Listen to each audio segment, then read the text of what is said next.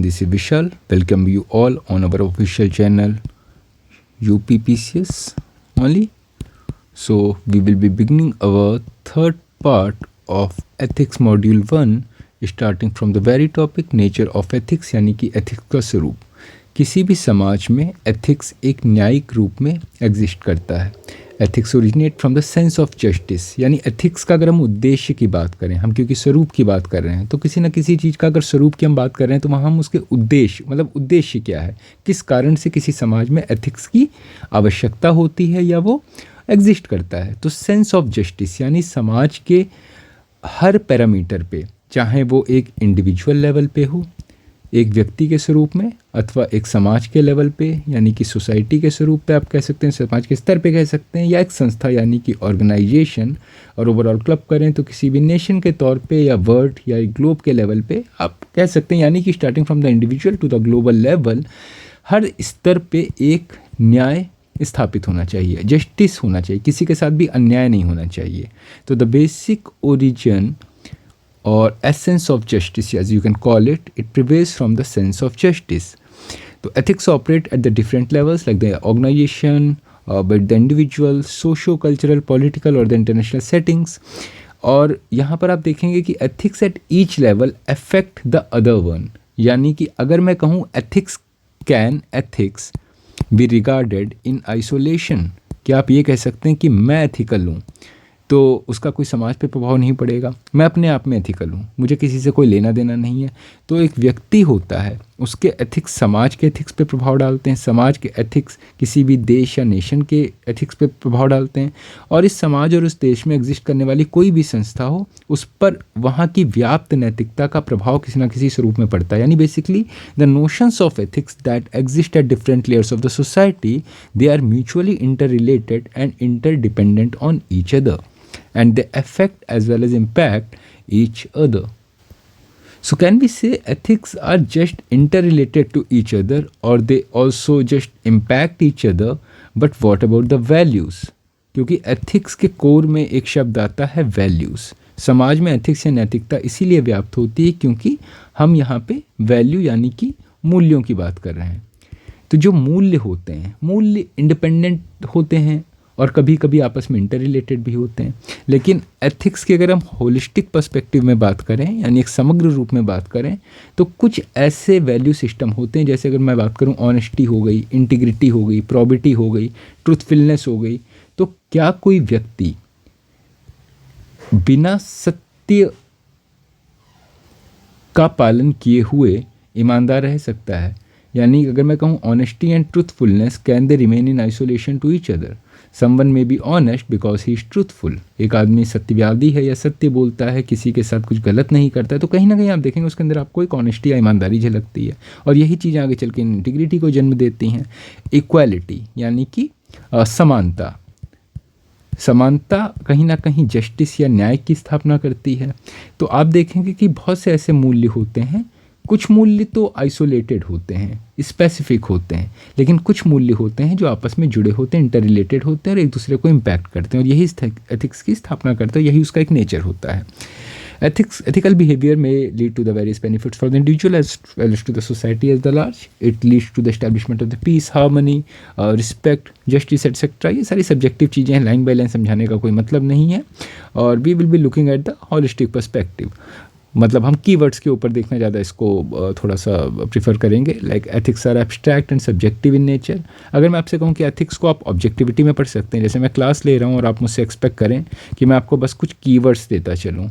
When I am talking about ethics, I will give you just the definition of ethics, कुछ important notions of ethics हैं, कुछ philosophers ने ethics के बारे में क्या कहा, या मेरा ethics के बारे में क्या मानना है, या किसी विद्वान का क्या उस पर मत है। ठीक है, तो क्या हम ऑब्जेक्टिविटी की बातें कर सकते हैं कि किसी ने एक चीज़ कह दी, यही चीज़ जो होगी वो यूनिवर्सल ट्रूथ हो जाएगा? सुकरात ने अगर ये कह दिया कि knowledge is related to ethics, meanwhile ignorance may lead to a unethical behaviour, तो क्या ये चीज़ यूनिवर्सल फैक्ट बन सकता है? ये तभी बन सकता है अगर हम एथिक्स को ऑब्जेक्टिविटी में देखें। ऑब्जेक्टिविटी का मतलब ही होता है फैक्ट्स।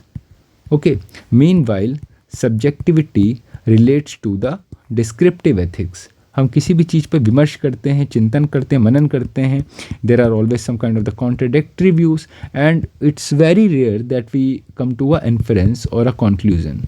ज़रूरी नहीं है कि किसी भी चीज़ पर एथिकल डिबेट करते हुए उसके प्रोज एंड कॉन्स को देखते हुए एक प्रॉपर निष्कर्ष निकाला जा सके। कई बार वहाँ पर एक क्वेश्चन मार्क लग जाता है। अगर मैं आपसे बात कहूँ, एक छोटा सा एग्जांपल लेना चाहूँगा। अगर मैं आपसे कहूँ let's say capital punishment, okay, capital punishment as you already know, समाज में कुछ इस तरह के क्राइम कभी कभी हो जाते हैं जैसे कि रेप हो गया, ठीक है, अब like violating the modesty and the dignity of a woman, और लेट्स से मर्डर हो गया, यानी taking the life of someone and that too in a very brutal way. अगर आप निर्भया रेप केस की बात करें तो वहाँ पे रेप भी हुआ था, मर्डर भी हुआ था। That itself makes the crime rarest of the rare in nature. तो अगर जिस आदमी ने ये क्राइम किया है उसके लिए क्या सज़ा होनी चाहिए, तो ज़्यादातर लोगों का मत होगा ऐसे लोगों का गला काट देना चाहिए, जैसे कि कई मतलब रिलीजियस या थियोलॉजिकल लॉज में चलता है। थियोलॉजिकल लॉज आपको पता ही है, धर्म आधारित जो लॉज होते हैं, इस्टेब्लिश्ड नोशंस ऑफ जस्टिस। तो इसमें कई बार ये बात की जाती, चोरी करने वाले का हाथ काट देना चाहिए। किसी ने किसी का मतलब महिला का रेप किया, उसकी मॉडेस्टी को वायलेट किया, तो उसको भी मार देना चाहिए। समाज में ऐसे लोगों के रहने का कोई अधिकार नहीं होता है। ये सारी चीज़ें ऑब्जेक्टिव होती हैं। ऑब्जेक्टिव का मतलब होता है किसी ने एक डिक्टम दे दिया, ये रिलीजियस डिक्टम हो सकता है, सोशल डिक्टम हो सकता है, किसी इंडिविजुअल का पर्सपेक्टिव हो सकता है, या कलेक्टिवली समाज का पर्सपेक्टिव हो सकता है। तो अगर हम ऑब्जेक्टिविटी की बात करें तो डिक्टम्स देना बहुत ही आसान काम है। लेकिन जब हम सब्जेक्टिव डिबेट पे जाते हैं कि एक लाइफ किसी की ली गई है किसी के द्वारा, तो क्या एक हम रिवेंज ले रहे हैं जस्टिस के नाम पे, मतलब is justice all about the revenge, कि भाई एक्स ने वाई को मारा, ठीक है, तो वाई तो मर गया। अब क्या अगर हम एक्स को मार देंगे तो क्या वाई जिंदा हो जाएगा, या एक्स के मार देने से जो नेचर ऑफ क्राइम है या समाज में जो इस तरह के क्राइम होते हैं हमेशा के लिए ख़त्म हो जाएंगे? या इस तरह की कैपिटल पनिशमेंट अगर दी जाती है, मतलब हमने एक्स को मार दिया मतलब कैपिटल पनिशमेंट, क्राइम करने वाले का मर्डर कर देना, तो क्या ये समाज में एक डिटरेंट का काम करता है? डिटरेंट समझते हैं कि आने वाली पीढ़ियों के लिए ये एक सबक का काम करता है कि हाँ ठीक है, एक ने कोई क्राइम किया था, उसको मार दिया गया, तो आने वाले लोग ये उनके आगे एक एग्जाम्पल सेट होता है कि no one will be spared or something like that. तो आने वाले लोग ऐसे क्राइम करना छोड़ देंगे। अगर ये सत्य होता तो समाज में सारे क्राइम ही होना रुक गए होते, क्योंकि प्राचीन काल से यही चला आ रहा है। किसी क्रिमिनल ने कोई क्राइम किया और उसका बदला लेने के लिए, या कहते नहीं है to quench the thirst, you might have heard a word quenching the thirst, लोगों के अंदर गुस्सा व्याप्त था, उस गुस्से को शांत करने के लिए जजमेंट दे दिया गया कि चलिए ठीक है, ये क्रिमिनल था, हम इसे मार देते हैं, ख़त्म कर देते हैं। तो क्या इस क्रिमिनल को मार देने से क्राइम ख़त्म हो जाएगा? It is about the subjective debate in ethics. इसीलिए एथिक्स मुश्किल और कॉम्प्लिकेटेड होता जाता है। जब हम आगे चलेंगे तो बात करेंगे नॉर्मेटिव एथिक्स की, और there are two words in ethics, one is called the normative ethics and the other one is called the descriptive ethics. हम दोनों ही तरह के एथिक्स की बात करेंगे। और वो डिस्क्रिप्टिव एथिक्स ज़्यादा कठिन क्यों हो जाते हैं? नॉर्मेटिव एथिक्स आसान होते हैं, सही या गलत, ओके, सही या गलत, राइट और रॉन्ग, गुड और बैड। आपको अपने बड़ों की आज्ञा का पालन करना चाहिए। एक आदेश दे दिया गया, एक डिक्टम दे दिया गया, ये एक नॉर्मेटिव एथिक्स है। अगर उसकी सब्जेक्टिव मेरिट पे आप डिबेट करने चलें, क्या बड़ों के द्वारा दिया गया हर वचन या उनके द्वारा दिया गया हर आदेश पालन के योग्य होता है? बड़ों ने कह दिया कि हमारे समाज में प्राचीन काल से छुआछूत चलता चला रहा था, हमारे घरों में खाने के बर्तन या प्लेटें अलग हैं, या फॉर एग्जांपल किसी की रिस्पेक्ट सिर्फ उसकी जात, उसका धर्म देख के करनी चाहिए और बाकी धर्मों से हमें थोड़ा दूरी बनाए रखनी चाहिए। कई इस तरह की बातें आपने घर परिवार और आसपास के समाज में सुनी होंगी, जो मुख्यतः बड़े ही लोगों द्वारा की जाती हैं। जो आपसे उम्र में बड़े होते हैं उनसे आप समझदारी एक्सपेक्ट करते हैं, लेकिन उन पर उनकी सोसाइटी का, उनके कल्चर का और उनकी एंशिएंट ट्रेडिशंस का इस कदर प्रभाव होता है कि वो एक संकीर्ण सोच, पैरोकियल सोच से ग्रसित हो जाते हैं। तो क्या उनके हर आदेश का या वचन का पालन करना अपने आप में एथिकल होगा? किसी ने अगर कोई बात कही है और कहा है कि ये एक एथिक्स है, तो क्या अपने आप वो चीज़ एथिक्स बन जाती है, या उस पर एक सब्जेक्टिव डिबेट रिक्वायर्ड है? तो ये सारी चीज़ें आपको एथिक्स में पढ़नी पड़ती हैं। तभी यहाँ पे कहा गया है कि ethics is not just the objective study of normative ethics like ethics, it might be appear like a normative science seeks to define the moral ideas, but still it is subject to the descriptive ethics, discussing about the ethical aspects of ethics itself. एक word होता है जिसको हम कहते हैं Meta ethics. Okay, Meta ethics का मतलब ये होता है कि कोई भी एथिकल प्रिंसिपल दिया गया है, हम उसके ऊपर एक क्वेश्चन मार्क लगा देते हैं। किसी ने कहा सत्य बोलना सही है, जबकि झूठ या मिथ्या भाषण गलत है। मेटा एथिक्स में हम इस नरेशन पर ही क्वेश्चन मार्क लगा देते हैं। हम ये कहते हैं कि किसी ने कहा कि सत्य बोलना सही है, तो क्या ये अपने आप में सही होगा? या किसी ने कह दिया झूठ बोलना गलत है या मिथ्यावाद गलत है, तो क्या ये अपने आप में सही हो जाता है? जस्ट बिकॉज किसी बहुत ही प्राचीन विद्वान ने कह दिया था, किसी बड़े बूढ़े ने कह दिया था, या किसी धार्मिक ग्रंथ में बात लिखी गई है, क्या इसके ऊपर क्वेश्चन नहीं लगाया जा सकता है? अगर ऐसा नहीं होता तो धर्मराज युधिष्ठिर महाभारत के युद्ध में जब कहते हैं अश्वत्थामा मारा गया, तो उस पर भी प्रश्न लग जाता है।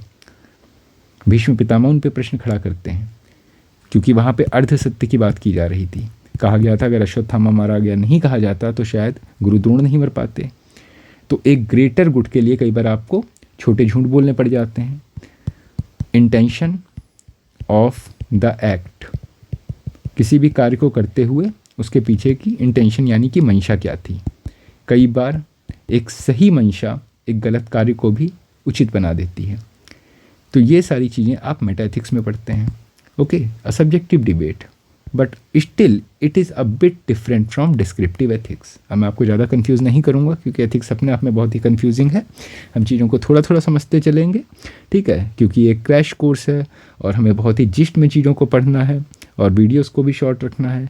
तो ऑब्वियस सी बात है, बहुत सब्जेक्टिव डिबेट यहाँ पे पॉसिबल नहीं है। लेकिन जैसे जैसे आप एथिक्स में आगे बढ़ेंगे, चीज़ें दर पदर जैसे प्याज की परतें खुलती हैं वो खुलती चली जाएंगी। Okay. Religion must have a foundation in ethics. Divorced from morality, it degenerates into superstition, beliefs in the blind superhuman power, black magic and the like. यहाँ पे कहने का मतलब है, अभी जब आपको एथिक्स पढ़ा रहा था तो मैंने एक चीज़ कही थी आपसे, the greatest source of ethics can be religion. ज़्यादातर एथिकल प्रिंसिपल्स कहीं ना कहीं किसी धर्म से जरूर आए हैं, कि because religion was something about the commandments, आदेश, जैसा कि ब्राह्मणिक रिलीजन में होता है। They are something about the religious scriptures. Okay, जो आपके धर्म ग्रंथों में बातें लिखी गई हैं उनका पालन करना, किसी धर्मशास्त्र में कोई बात लिखी गई है उसका पालन करना। तो कहीं ना कहीं एथिक्स या नैतिकता का एक सबसे बड़ा स्रोत धर्म, धार्मिक किंवदंतियाँ या धार्मिक जो भी स्रोत होते हैं, आपके स्क्रिप्चर्स हो सकते हैं, कोई धर्मगुरु हो सकता है या फिर कोई रिलीजियस प्रॉफिट हो सकता है, ये वहाँ से आते हैं। अगर मैं कहूँ उस रिलीजन से आप एथिक्स को हटा दीजिए तो रिलीजन में बचेगा क्या? क्या रिलीजन सिर्फ नैतिकता के बारे में है? अगर मैं रिलीजन को डिफाइन करना चाहूँ तो religion is something like ethics married with divinity. समाज पर नैतिकता को थोपने के लिए या समाज को नैतिक रूप से बाध्य बनाने के लिए अगर मैं डिवाइनिटी यानी कि ईश्वरीय तत्व का समावेश उसमें कर दूँ तो वो अपने आप में एक धर्म बन जाता है। ये हमने पहले भी डिस्कस किया था। और अगर हम इसी धर्म से एथिक्स को हटा दें तो रिलीजन में सिर्फ डिवाइनिटी बचती है, एक कैरिज्मेटिक पर्सनैलिटी बचती है और उसके अंदर कोई मूल्य नहीं होते हैं, कोई वैल्यू सिस्टम नहीं होता है, सिर्फ डिवाइनिटी का एलिमेंट बचता है, चमत्कार बचते हैं। अब जब सिर्फ चमत्कार बचते हैं तो वहाँ पे अंधविश्वास का जन्म होता है। और अंधविश्वास अपने आप में इतना खतरनाक है कि स्वयं अपने अपने समय में अलग अलग प्रॉफिट्स यानी कि जो पैगंबर हुए हैं किसी भी धर्म के हों, उन्होंने ही उसका वायलेशन किया है और उस पर प्रश्न चिन्ह भी लगाए हैं। Anyway, we were talking about the nature and the scope of the ethics. और हम आगे चलते हैं तो यहाँ पे देखेंगे कि एथिक्स शुड मोल्ड पॉलिटिक्स। हम रिलीजन की बात कर चुके थे, हम पॉलिटिक्स की बात कर चुके थे कि कोई भी राजनीति होती है उसमें नैतिकता का समावेश होना बहुत ही आवश्यक हो जाता है। आपने कभी ना कभी गांधी 7 सिंस के बारे में ज़रूर सुना होगा। गांधी 7 सिंस, गांधी ने 7 तरह के पापों को आइडेंटिफाई किया था। उसी में कुछ ऐसी चीज़ें भी आती थी, उन्होंने रिलीजन के बारे में भी बात कही, उन्होंने पॉलिटिक्स के भी बात में कही। उन्होंने कहा अगर पॉलिटिक्स से आप एथिक्स को हटा दें तो पॉलिटिक्स मर जाती है, उसमें कुछ खास बचता नहीं है। आज की राजनीति को आप देखेंगे तो क्या आपको उसमें एथिक्स दिखते हैं? एक पार्टी चुनाव लड़ने से पहले एक इलेक्शन मैनिफेस्टो को घोषित करती है, उसमें बड़े बड़े वादे किए जाते हैं, बड़ी बड़ी बातें की जाती हैं, हम करप्शन मिटा देंगे, गरीबी मिटा देंगे, भुखमरी मिटा देंगे, देश को हम विश्व शक्ति बना देंगे। लेकिन वही पॉलिटिकल पार्टी जब पावर में आती है तो it's all about the power play. वो अपने जो साझेदार होते हैं, कोलिजन पार्टनर्स होते हैं, उनको उनके तुष्टिकरण में लग जाती है, कई बार अपने वोट बैंक के तुष्टिकरण में लग जाती है। तो कुल मिला के नैतिकता कहीं ना कहीं बैक सीट पे चली जाती है। आपने कभी सुना है किसी राजनीतिक आदमी को धार्मिक होता हुआ दिखावा जरूर कर सकते हैं, क्या वो पूर्ण रूप से नैतिक होते हैं? मुझे याद आता है कि मोरारजी देसाई की सरकार चल रही थी और उस समय भारत के एक बहुत बड़े नैतिक विद्वान हुए, नैतिक दार्शनिक हुए, जिनका नाम ओशो था। सबने इनके बारे में सुना होगा, इनको सेकंड बुद्धा भी कहा जाता है और उन्होंने दर्शन पे बहुत कुछ बोला है। दर्शन शास्त्र के जो विद्यार्थी इनके बारे में बहुत अच्छे से जानते हैं। तो यहाँ पे समस्या ये होती है कि मोरारजी देसाई ओशो से मिलते हैं और उनसे कहते हैं कि मैं अध्यात्म से जुड़ना चाहता हूँ, मैं धर्म से जुड़ना चाहता हूँ। तो ओशो का प्रश्न था कि क्या राजनीति में रहते हुए आप एक धार्मिक या नैतिक व्यक्ति हो सकते हैं? जिसके चलते हुए ओशो का मोरारजी देसाई से विवाद हो जाता है। बाद में ओशो को देश छोड़ के जाना पड़ता है, यूएस में जाके बसना पड़ता है। बट उन्होंने क्वेश्चन बहुत सही उठाया था कि पॉलिटिक्स में रहते हुए क्या नैतिक रूप से काम करना संभव है? हालांकि गांधी पॉलिटिकल एथिक्स की बातें करते थे और शायद गांधी इसीलिए कभी कुशल राजनीतिज्ञ नहीं हो सके। उन्हें पॉलिटिक्स में ऐसा कोई इंटरेस्ट भी नहीं रहा। He was all about the sitting at the back seat, controlling all the puppets and everything like that, but still he was not able to accomplish something what it was accomplished by Jawaharlal Nehru or let's say Sardar Vallabhbhai Patel. Because Sardar Vallabhbhai Patel, even despite all the ethics and whatever the morality was there, if he would not have adopted the tactics whatever the things he was using while the integration of the princely states and all, be it by the coercion, the force, using the army, deploying all the things, sticking to the ethics, it wouldn't have been possible for VP Menon or let's say Patel to integrate the princely states, like let's say there were the 562 princely states into the greater Indian territory. So that's why I said there was someone by the name of Kautilya and there was someone by the name of Machiavelli. There was a great time span in between the two political philosophers. Kautilya ने एक किताब लिखी थी जिसका नाम था कौटिल्य नीति भी था, अर्थशास्त्र भी था, और मैकियावेली ने द प्रिंस लिखी थी। दोनों में काफ़ी हद तक समानताएं थीं और वो समानताएं क्या थीं कि ends are important than the means, यानी जो साध्य होता है वो साधन से कहीं अधिक महत्वपूर्ण होता है। साम दाम दंड भेद, साम दाम दंड भेद, और यही राजनीति का उद्घोष बनता चला गया। आप कुछ भी टैक्टिक्स, एवरीथिंग इज फाइन और everything is like okay in love and war, इस टाइप की सेइंग्स बन गई। But if that was the case तो even acid attacks are fine. While you are alluring a girl or a woman and she rejects your proposal, then you can simply make the quotation that everything is justified in love and war. प्यार है, मैं कुछ भी कर सकता हूँ। तो मैं अपने आप को, like you might have remember there was a movie Dhadkan. अब सुनील शेट्टी जो थे शिल्पा शेट्टी को प्रपोज करते हैं, प्यार करते हैं, पिताजी नहीं उनके मानते हैं, उनकी शादी कहीं और हो जाती है, लेकिन उसके बावजूद जो होते हैं वो काफ़ी रिच बनते हैं, बाद में मनी वगैरह वेल्थ वगैरह गैदर करते हैं, और उसके बाद में जब उनके जीवन में लौट के आते हैं अपनी एक्ट्रेस के, तो वो उनके हस्बैंड और उनकी फाइनेंशियल कंडीशन को इतना डेपोरेबल बना देते हैं that she was not having any other means but just to come back to Sunil Shetty. तो यहाँ पे थिंक क्या है कि is everything justified in love and war? If that was the case there were no issues related to war ethics.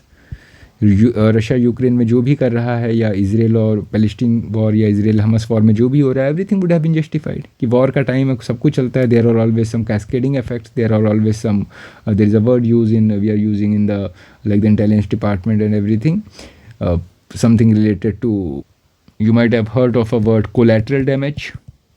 Collateral damage, कहीं युद्ध होता है, किसी आतंकवादी या टेररिस्ट को मारा जा रहा है, तो 10-12 लोग सिविलियन मर गए तो कोई बड़ी बात नहीं है। क्या एथिक्स में ऐसी चीज़ें जस्टिफाइड हैं? हाँ, राजनीति में तो जस्टिफाइड है, पॉलिटिक्स में है, डिप्लोमेसी में है। मैं इंटरनल सिक्योरिटी भी पढ़ाता हूँ, फॉरेन पॉलिसी भी पढ़ाता हूँ, और मैं एथिक्स भी पढ़ाता हूँ। जब मैं एथिक्स पढ़ा रहा होता हूँ तो मैं नैतिकता पे स्टिक रहता हूँ, बट वहीं जब मैं डिप्लोमेसी पढ़ाने जाता हूँ, फॉरेन पॉलिसी पढ़ाने जाता हूँ, तो मैं सामदन दंड भेद पे चला जाता हूँ। आप एक बार अजीत डोवाल को सुन के देखिए, आप उनसे किसी नैतिकता की उम्मीद रखते हैं? क्योंकि अगर वो नैतिक हो जाएंगे तो आपके नेशनल फ्रंटियर्स खतरे में पड़ जाएंगे। डिप्लोमेसी की टेबल पे बैठ के आप नैतिकता की बातें नहीं कर सकते हैं। आप वॉर जोन में खड़े हो, सामने कोई आदमी बंदूक लेके खड़ा हो, आपके देश पे हमला करने जा रहा है, आप उसे जाके समझाने लगें कि हम गांधी के देश हैं, बुद्धा के देश हैं, आप समझाते रह जाएंगे, वो आपको गोली मार के चला जाएगा। The thing is that ethics is usually gets divorced from politics, okay, if you are going by Kautilyan और द मैकियावेलियन पर्सपेक्टिव। क्योंकि कौटिल्य और मैकियावेली दोनों ने ही एक ही बात पे एम्फेसाइज किया था कि ends glorify the means. Okay, आपके लिए हमेशा साध्य महत्वपूर्ण होता है। कौटिल्य वो व्यक्ति था जिसके लिए सबसे बड़ा ऑब्जेक्टिव क्या था? देश का इंटीग्रेशन। ओके, वो पूरे भारत भूखंड को एक सूत्र में बांधना चाहता था। He was having a dream of बृहद भारत या अखंड भारत। उसके लिए छोटी मोटी जो भी समस्याएं आ रही थी, चुनौतियां आ रही थी, चैलेंजेस आ रही थी, उसको अगर वो एथिकल मीन से शॉर्ट आउट करने चाहता तो कुछ नहीं कर पाता। तो वो कभी किसी राजा पर्वतेश्वर को हाथी चले कुचलवाने की कोशिश करता है, कभी विषकन्या भेजने की कोशिश करता है, बाकी राजाओं में दहशत बनाने की कोशिश करता है। अल्टीमेट ऑब्जेक्टिव था अखंड भारत की स्थापना। तो आपका ऑब्जेक्टिव बड़ा हो जाता है, इतना बड़ा हो जाता है कि सारे एथिकल प्रिंसिपल्स वहाँ जस्टिफाइड हो जाते हैं। तभी मैंने कहा जब पॉलिटिक्स और एथिक्स दो वर्ड एक साथ आते हैं, जैसा रजनीश ओसू ने वहाँ पे मुरारजी देसाई के सामने प्रश्न उठाया, तो वहाँ नैतिकता की बात करना बड़ा मुश्किल हो जाता है। क्या कोई कॉरपोरेट या इकोनॉमिक्स को प्रैक्टिस करता हुआ व्यक्ति नैतिकता की बातें कर सकता? एक कॉरपोरेट या एक बिजनेसमैन जिसका पूरा का पूरा बिजनेस मिथ्यावाद पे टिका हुआ है, वो अपनी घटिया सी घटिया चीज़ को अच्छा बता के बेच रहा है, वो अपने कॉम्पिटिटर्स को वीड आउट करने के लिए हर टिट फॉर टैट पॉलिसी का अपना रहा है, एक टेंडर को भरते हुए हर तरीके से झूठ बोलता है, बड़े बड़े ब्यूरोक्रेट्स को, बड़े बड़े पॉलिटिशियंस को ब्राइबरी देता है, घूस देता है ताकि उसका बिजनेस फल फूल सके। तो क्या बिना झूठ बोले हुए, बिना लाई किए हुए या बिना किसी को डिसीट किए हुए वो बिजनेस को चला सकता है? अब यहीं पे फोकस में फिर से महात्मा गांधी आ जाते हैं। गांधी जी ने 7 सोशल सिंस की बात की थी। तो जब गांधी 7 सोशल सिंस की बातें करते हैं तो मैंने उनके 7 प्रिंसिपल को यहाँ लिखा है। वेल्थ विदाउट वर्क, यानी आप पैसा तो कमा रहे हैं बट बिना काम किए कमा रहे हैं। मतलब टेक्निकली आज की डेट में कहें तो बहुत सारे लोगों को आपने शहरों में देखा होगा, बाप दादा ने घर बनवा दिया, उन्होंने नीचे कमरा ले लिया, एक दुकान खोली, रेंट आ रहा है, बैठ के खा रहे हैं। तो टेक्निकली उनका कोई कंट्रीब्यूशन ही नहीं था, वो तो बैठ के खा रहे हैं। They are earning the lot of the wealth but without working, so that's why it will be regarded as a sin. बिना कर्म किए गए भोगना, प्लेजर विदाउट कंसाइंस। देखिए, भोग करना खराब नहीं है, ठीक है। योग और भोग दोनों को ही हिंदू आध्यात्म या हिंदू दर्शन में बहुत ही महत्व दिया गया है। भोगना भी गलत नहीं है, भोग हर तरीके का हो सकता है, खाने पीने से लेके जहाँ तक आप सोच सकते हैं वहाँ तक। लेकिन अगर उसके अंदर कोई कंसाइंस है, एक अंतरात्मा है, उसमें एक छुपी हुई मोरालिटी है, तब तो वो प्लेजर फाइन है। लेकिन अगर वो कंसाइंस चली जाती है तो वो प्लेजर अपने आप में एक सिन बन जाता है। नॉलेज विदाउट कैरेक्टर, आपने कई बार सुना होगा कि like education it eliminates terrorism या इट एलिमिनेट्स क्राइम। अगर समाज में पढ़े लिखे लोग या जागरूक लोग ज़्यादा होंगे तो उससे क्राइम खत्म हो जाएगा। But when you look at the global statics, most of the greatest crimes ever committed in the world were created by most of the literates और लेट्स से द एजुकेटेड। एक सबसे बड़े ग्लोबल क्राइम की अगर आप बात कहें तो क्या था? Hiroshima Nagasaki. हिरोशिमा नागासाकी में मैनहट्टन प्रोजेक्ट के चलते हुए एटम बम गिराया जाता है। उस एटम बम को बनाने वाले निरक्षर लोग तो थे नहीं, जीनियस थे, साइंटिस्ट थे। और मैं क्यों एग्जांपल ले रहा हूँ, अभी ओपनहाइमर मूवी भी आई थी, तो आपको पता है कि एटम बम जब बन रहा था तब तो ओपनहाइमर बहुत एक्साइटेड थे। वो आइंस्टाइन से मिलने भी, अगर आपने मूवी देखी होगी तो आपको पता ही उनके डॉक्टर एल्बर्ट आइंस्टाइन से क्या बातें हुई थी। आइंस्टाइन ने कुछ एथिकल कंसर्न्स भी रेस किए थे और वो बेसिकली काफ़ी तक पीछे हट जाते हैं। वो भाई कहते हैं, मुझसे बहुत बड़ी गलती होगी भैया कि मैंने आपको ये इक्वेशन बना के दे दी है कि एनर्जी एंड मास आर इंटरकन्वर्टिबल। अब यहाँ प्रैक्टिकल यूटिलिटी की बात हो रही थी तो प्रोजेक्ट मैनहट्टन शुरू हो जाता है, ओपनहाइमर सीन में आ जाते हैं। और वो भी जब इस पे काम कर रहे थे, इसके प्रैक्टिकल एप्लीकेशन पे काम कर रहे थे, उन्होंने एटम बम को बनाया, तब उन्होंने सोचा भी नहीं था उसके दूरगामी परिणाम क्या होंगे। ही was a highly educated man. लेकिन जब वो उसके इम्पैक्ट देखते हैं कि हिरोशिमा और नागासाकी नामक 2 शहर जापान के एटम बम से उड़ा दिए जाते हैं, तो उसके बाद उनकी कॉन्शियस रेज हो जाती है, गिल्ट कॉन्शियसनेस उनके अंदर होती है। वो पॉलिटिक्स में भी जाते हैं, बहुत सारी सोशलिस्ट और कम्युनिस्ट बातें करते हैं, जिसके चलते एक क्राइसिस क्रिएट हो जाता है, वहाँ पर उनको निकाल दिया जाता है, देशद्रोही तक कुछ लोग उनको कहने लगते हैं। ठीक है, ये सारा चीज़ें जो ओपनहाइमर मूवी थी उसमें दिखाई गई है, अगर आपने देखी होगी आपको पता होगा। तो कहने का मतलब होता है आज की दुनिया के जो सबसे बड़े क्राइम होते हैं वो कहीं ना कहीं नॉलेजेबल लोग ही क्रिएट करते हैं। इनको वाइट कॉलर क्रिमिनल्स भी कहा जाता है। यानी कि ज्ञान के साथ साथ में चरित्र का होना बहुत ही आवश्यक हो जाता है। अगर आपके अंदर कैरेक्टर नहीं है, आपके अंदर चरित्र नहीं है, आपके अंदर नैतिक मूल्य नहीं है, तो उस नॉलेज की कोई वैल्यू नहीं है। जितने भी बड़े टेररिस्ट हुए हैं, जो आपके, चाहे वो आपके ओसामा बिन लादेन हो या और कोई भी रहा हो, तो आप उनकी कभी क्वालिफिकेशन देख लीजिएगा। They are hardcore white collar criminals. ठीक है, जितने भी आपको पता है, लाइक आपने सुना होगा, लाइक टैक्स एम्बेजलमेंट के केसेस होते हैं, आपको पता है रिशफलिंग ऑफ द फंड्स होता है, आपको पता ही है मॉरिशस रूट क्या होता है, ये सारी चीज़ें होती हैं। तो ये सब क्या है? वाइट कॉलर क्रिमिनल्स हैं, सब पढ़े लिखे लोग हैं। कॉमर्स विदाउट मोरालिटी, अब व्यापार तो कर रहे हैं लेकिन उसके अंदर नैतिकता नहीं है, उसके अंदर धर्म नहीं है, तो वो भी एक तरह का सिन होता है। ये मैं नहीं कह रहा हूँ, ये गांधी जी कह के गए। ठीक है, तभी हमने कहा कि अगर हम और आगे देखेंगे, रिलीजन विदाउट सेक्रीफाइस, धर्म है लेकिन उसके अंदर त्याग की भावना नहीं है। Religion should be something about sacrifice, इसीलिए वहाँ पे फास्टिंग का कॉन्सेप्ट होता है। आप चीज़ों को त्यागना सीखिए। सेक्रीफाइस का मतलब ये नहीं कोई जानवर लेके गए भगवान के सामने आपने काट दिया, हर धर्मों में ये होता है। जब भगवान ने कहा त्याग करो, सेक्रीफाइस करो, तो लोगों ने उसका मिसपरसेप्शन ले लिया। उन्होंने क्या किया, उन्होंने कहा भगवान ने कहा कि सेक्रीफाइस कर दो, मतलब किसी जानवर को ले जाके बलि दे दो। अरे उन्होंने सेक्रीफाइस तुम्हारा मांगा था, तुम्हारी कुछ ईगो का मांगा था, तुम्हारे अंदर कुछ ऐसी बुराइयां हैं, कुछ ऐसी विरक्तियां हैं, मतलब जिन चीज़ों को तुमको छोड़ देना चाहिए, त्याग देना चाहिए। तो कहने का मतलब religion is something about the sacrifice. लेकिन अगर रिलीजन में त्याग की भावना ही नहीं है तो रिलीजन सुपरस्टिशन बन जाता है। सेम सेंस में अगर आप कहें साइंस, तो साइंस के अंदर ह्यूमैनिटी नहीं रह जाती, तो वही होता है जो ओपेनहाइमर के साथ हुआ था। हिरोशिमा नागासाकी में बम गिर रहा है, लोगों ने भाई डिटरेंस के तौर पे ही हथियार बनाए थे जब न्यूक्लियर प्रोजेक्ट्स वगैरह शुरू हुए थे। ठीक है, इंडिया में भी मिसाइल डेवलपमेंट शुरू हुआ तो डिटरेंस के तौर पे हुआ, लेकिन उसका मिसयूज़ हो सकता है, कल को वॉर होता है, ये मिसाइलें दागी जाएंगी, कुछ ना कुछ लोग मरेंगे। तो साइंस के अंदर अगर ह्यूमैनिटी की भावना नहीं है तो साइंस भी अपने आप में एक सिन बन जाता है। Same way politics without principles, यानी कि पॉलिटिक्स यानी कि राजनीति के अंदर अगर प्रिंसिपल्स नहीं है, अगर उनके अंदर कुछ, हम लोग प्रिंसिपल्स को क्या कहते हैं, आदर्श नहीं है, तो वो पॉलिटिक्स किसी काम की नहीं रहती है। लेकिन आज की डेट में आप पॉलिटिक्स की बात करें, उसके अंदर क्या कोई प्रिंसिपल्स बचे हैं? कोई कुछ भी बोलने लगता है। डोनाल्ड ट्रंप से पहले जो बिडेन थे, जो बिडेन ने कहा कि हम यूक्रेन को सपोर्ट करेंगे, यूक्रेन बेचारा चढ़ गया झाड़ पे, उसने युद्ध छेड़ दिया, नाटो नाटो करता हुआ। अब वहाँ क्या होता है, सत्ता परिवर्तन होता है यूएस में, उसके बाद में कौन आता है, डोनाल्ड ट्रंप आता है, वो कहता है पैसे देना बंद कर देंगे। तो उसमें त्रिशंकु कौन बन गया, यूक्रेन वाले बन गए, और वहाँ पुतिन के साथ बैठ के वो चाय पी रहे हैं। तो कहने का मतलब it is something about politics about principles. एक पॉलिटिकल पार्टी जो होती है वो सत्ता में आती है, सत्ता में आने से पहले वो क्या करती है, आपने कोलिजन पॉलिटिक्स का नाम सुना होगा। कोलिजन पॉलिटिक्स में क्या होता है, India is a multi party system. Okay, multi party system है हमारे यहाँ पे, बहुत सारी पार्टियाँ हैं, हर पार्टी की अपनी एक विचारधारा है। Let's say there is Indian National Congress, there is then BJP, then there is Aam Aadmi party. अगर हम 6 पॉलिटिकल पार्टी इलेक्शन उसकी बात करें, तृणमूल कांग्रेस है, सब कुछ है।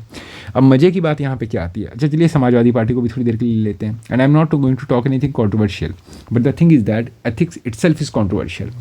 एथिक्स को थोड़ा भी सब्जेक्टिवली पढ़ेंगे तो बहुत ही विरोधाभास होना शुरू हो जाता है। अब मज़े की बात है, एक पार्टी आई थी आम आदमी पार्टी, और वो जब आई थी तो उस समय रूलिंग में केंद्र सरकार में कौन था, इंडियन नेशनल कांग्रेस थी।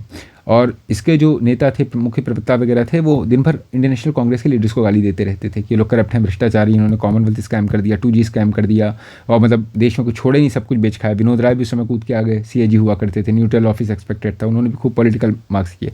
उसका रिजल्ट क्या होता है, 2014 के इलेक्शन होते हैं, इंडियन नेशनल कांग्रेस का पत्ता साफ, रूलिंग में कौन आता है, बीजेपी, भारतीय जनता पार्टी आती है। यानी कि यहाँ आप देखेंगे सांप नेवला कौन थे उस समय, इंडियन नेशनल कांग्रेस और आम आदमी पार्टी। ठीक है, दोनों एक दूसरे के जानी दुश्मन है। मजे की बात क्या आती है, बीजेपी को जब रूलिंग में आ जाती है तो उसको हराने के लिए जो आम आदमी पार्टी वो इंडियन नेशनल कांग्रेस के साथ ही गठबंधन बना रही है, महागठबंधन नाम दिया जाता है। आई am not against the collision politics, क्योंकि आज की डेट में मल्टी पार्टी सिस्टम है, हमेशा से रहा है। आज़ादी के तुरंत बाद तो सिंगल पार्टी रूल चला था कुछ दिनों तक। ठीक है, there were lot many of the many parties, but still Congress was ruling at the helm. The thing here was that कि after let's say after the death of Jawaharlal Nehru and Lal Bahadur Shastri, Indira Gandhi के पीरियड को थोड़ी देर के छोड़ दिए तो छोटे छोटे नेता उभर के सामने आने लगते हैं। मोरारजी देसाई कभी सामने आ जाते हैं, कभी कोई और छुटभैया नेता आ जाते हैं। यानी कहीं ना कहीं स्टेट लेवल पे जो थे रीजनल पार्टीज़ का वर्चस्व बढ़ने लगता है। साउथ में करुणानिधि पार्टी आ जाती है, यहाँ अकाली दल वगैरह प्रोमिनेंस हो जाती है, यूपी में समाजवादी पार्टी, बसपा, हालांकि ये सब 70s में आए थे इमरजेंसी लगने के बाद में, या उसी पीरियड में मानी संपूर्ण क्रांति के पीरियड में आए थे। बट कहीं ना कहीं इंदिरा गांधी ईयर्स के पीरियड में ही रीजनल पॉलिटिक्स शुरू हो गई थी। तो जिस देश में रीजनल पॉलिटिक्स इमर्ज होने लगती है तो कोई भी एक पॉलिटिकल पार्टी पूरी देश की सत्ता पर कब्जा नहीं कर सकता। तो कॉमन म्यूचुअल आइडियोलॉजीज के चलते हुए, कॉमन मिनिमम प्रोग्राम के चलते हुए कुछ छोटी छोटी पार्टियां कुछ कॉमन एजेंडे को डिसाइड करती हैं, आपस में महागठबंधन बना लेती हैं एक बड़ी पार्टी को डिफीट करने के लिए। और यही चीज़ हुई बीजेपी के अगेंस्ट में। तो उस समय जितनी छुटभैया पार्टियां हो गई थी, मतलब कांग्रेस है वो 40-44 सीटें लेके आ रही है, इस बार तो खैर 99 ले भी है।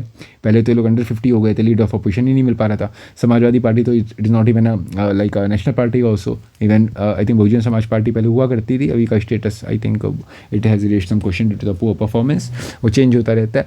The thing here was that ये सारी पार्टियां एक दूसरे को गाली देती थी। आम आदमी पार्टी बनी थी इंडियन नेशनल कांग्रेस को गाली देने के लिए, इसलिए कुछ लोग कहते हैं बीजेपी की प्रॉक्सी पार्टी है। ठीक है, there are some religious parties also. Samajwadi Party के जो स्थापक थे, जो स्टार्टिंग के नेता थे, उनको इमरजेंसी पीरियड में कूटा गया था, सबको पता है क्या हुआ था। तो उस समय जो समाजवादी पार्टी के नेता थे उन्होंने बीजेपी के साथ मिलकर जनता पार्टी अलायंस बना रखी थी।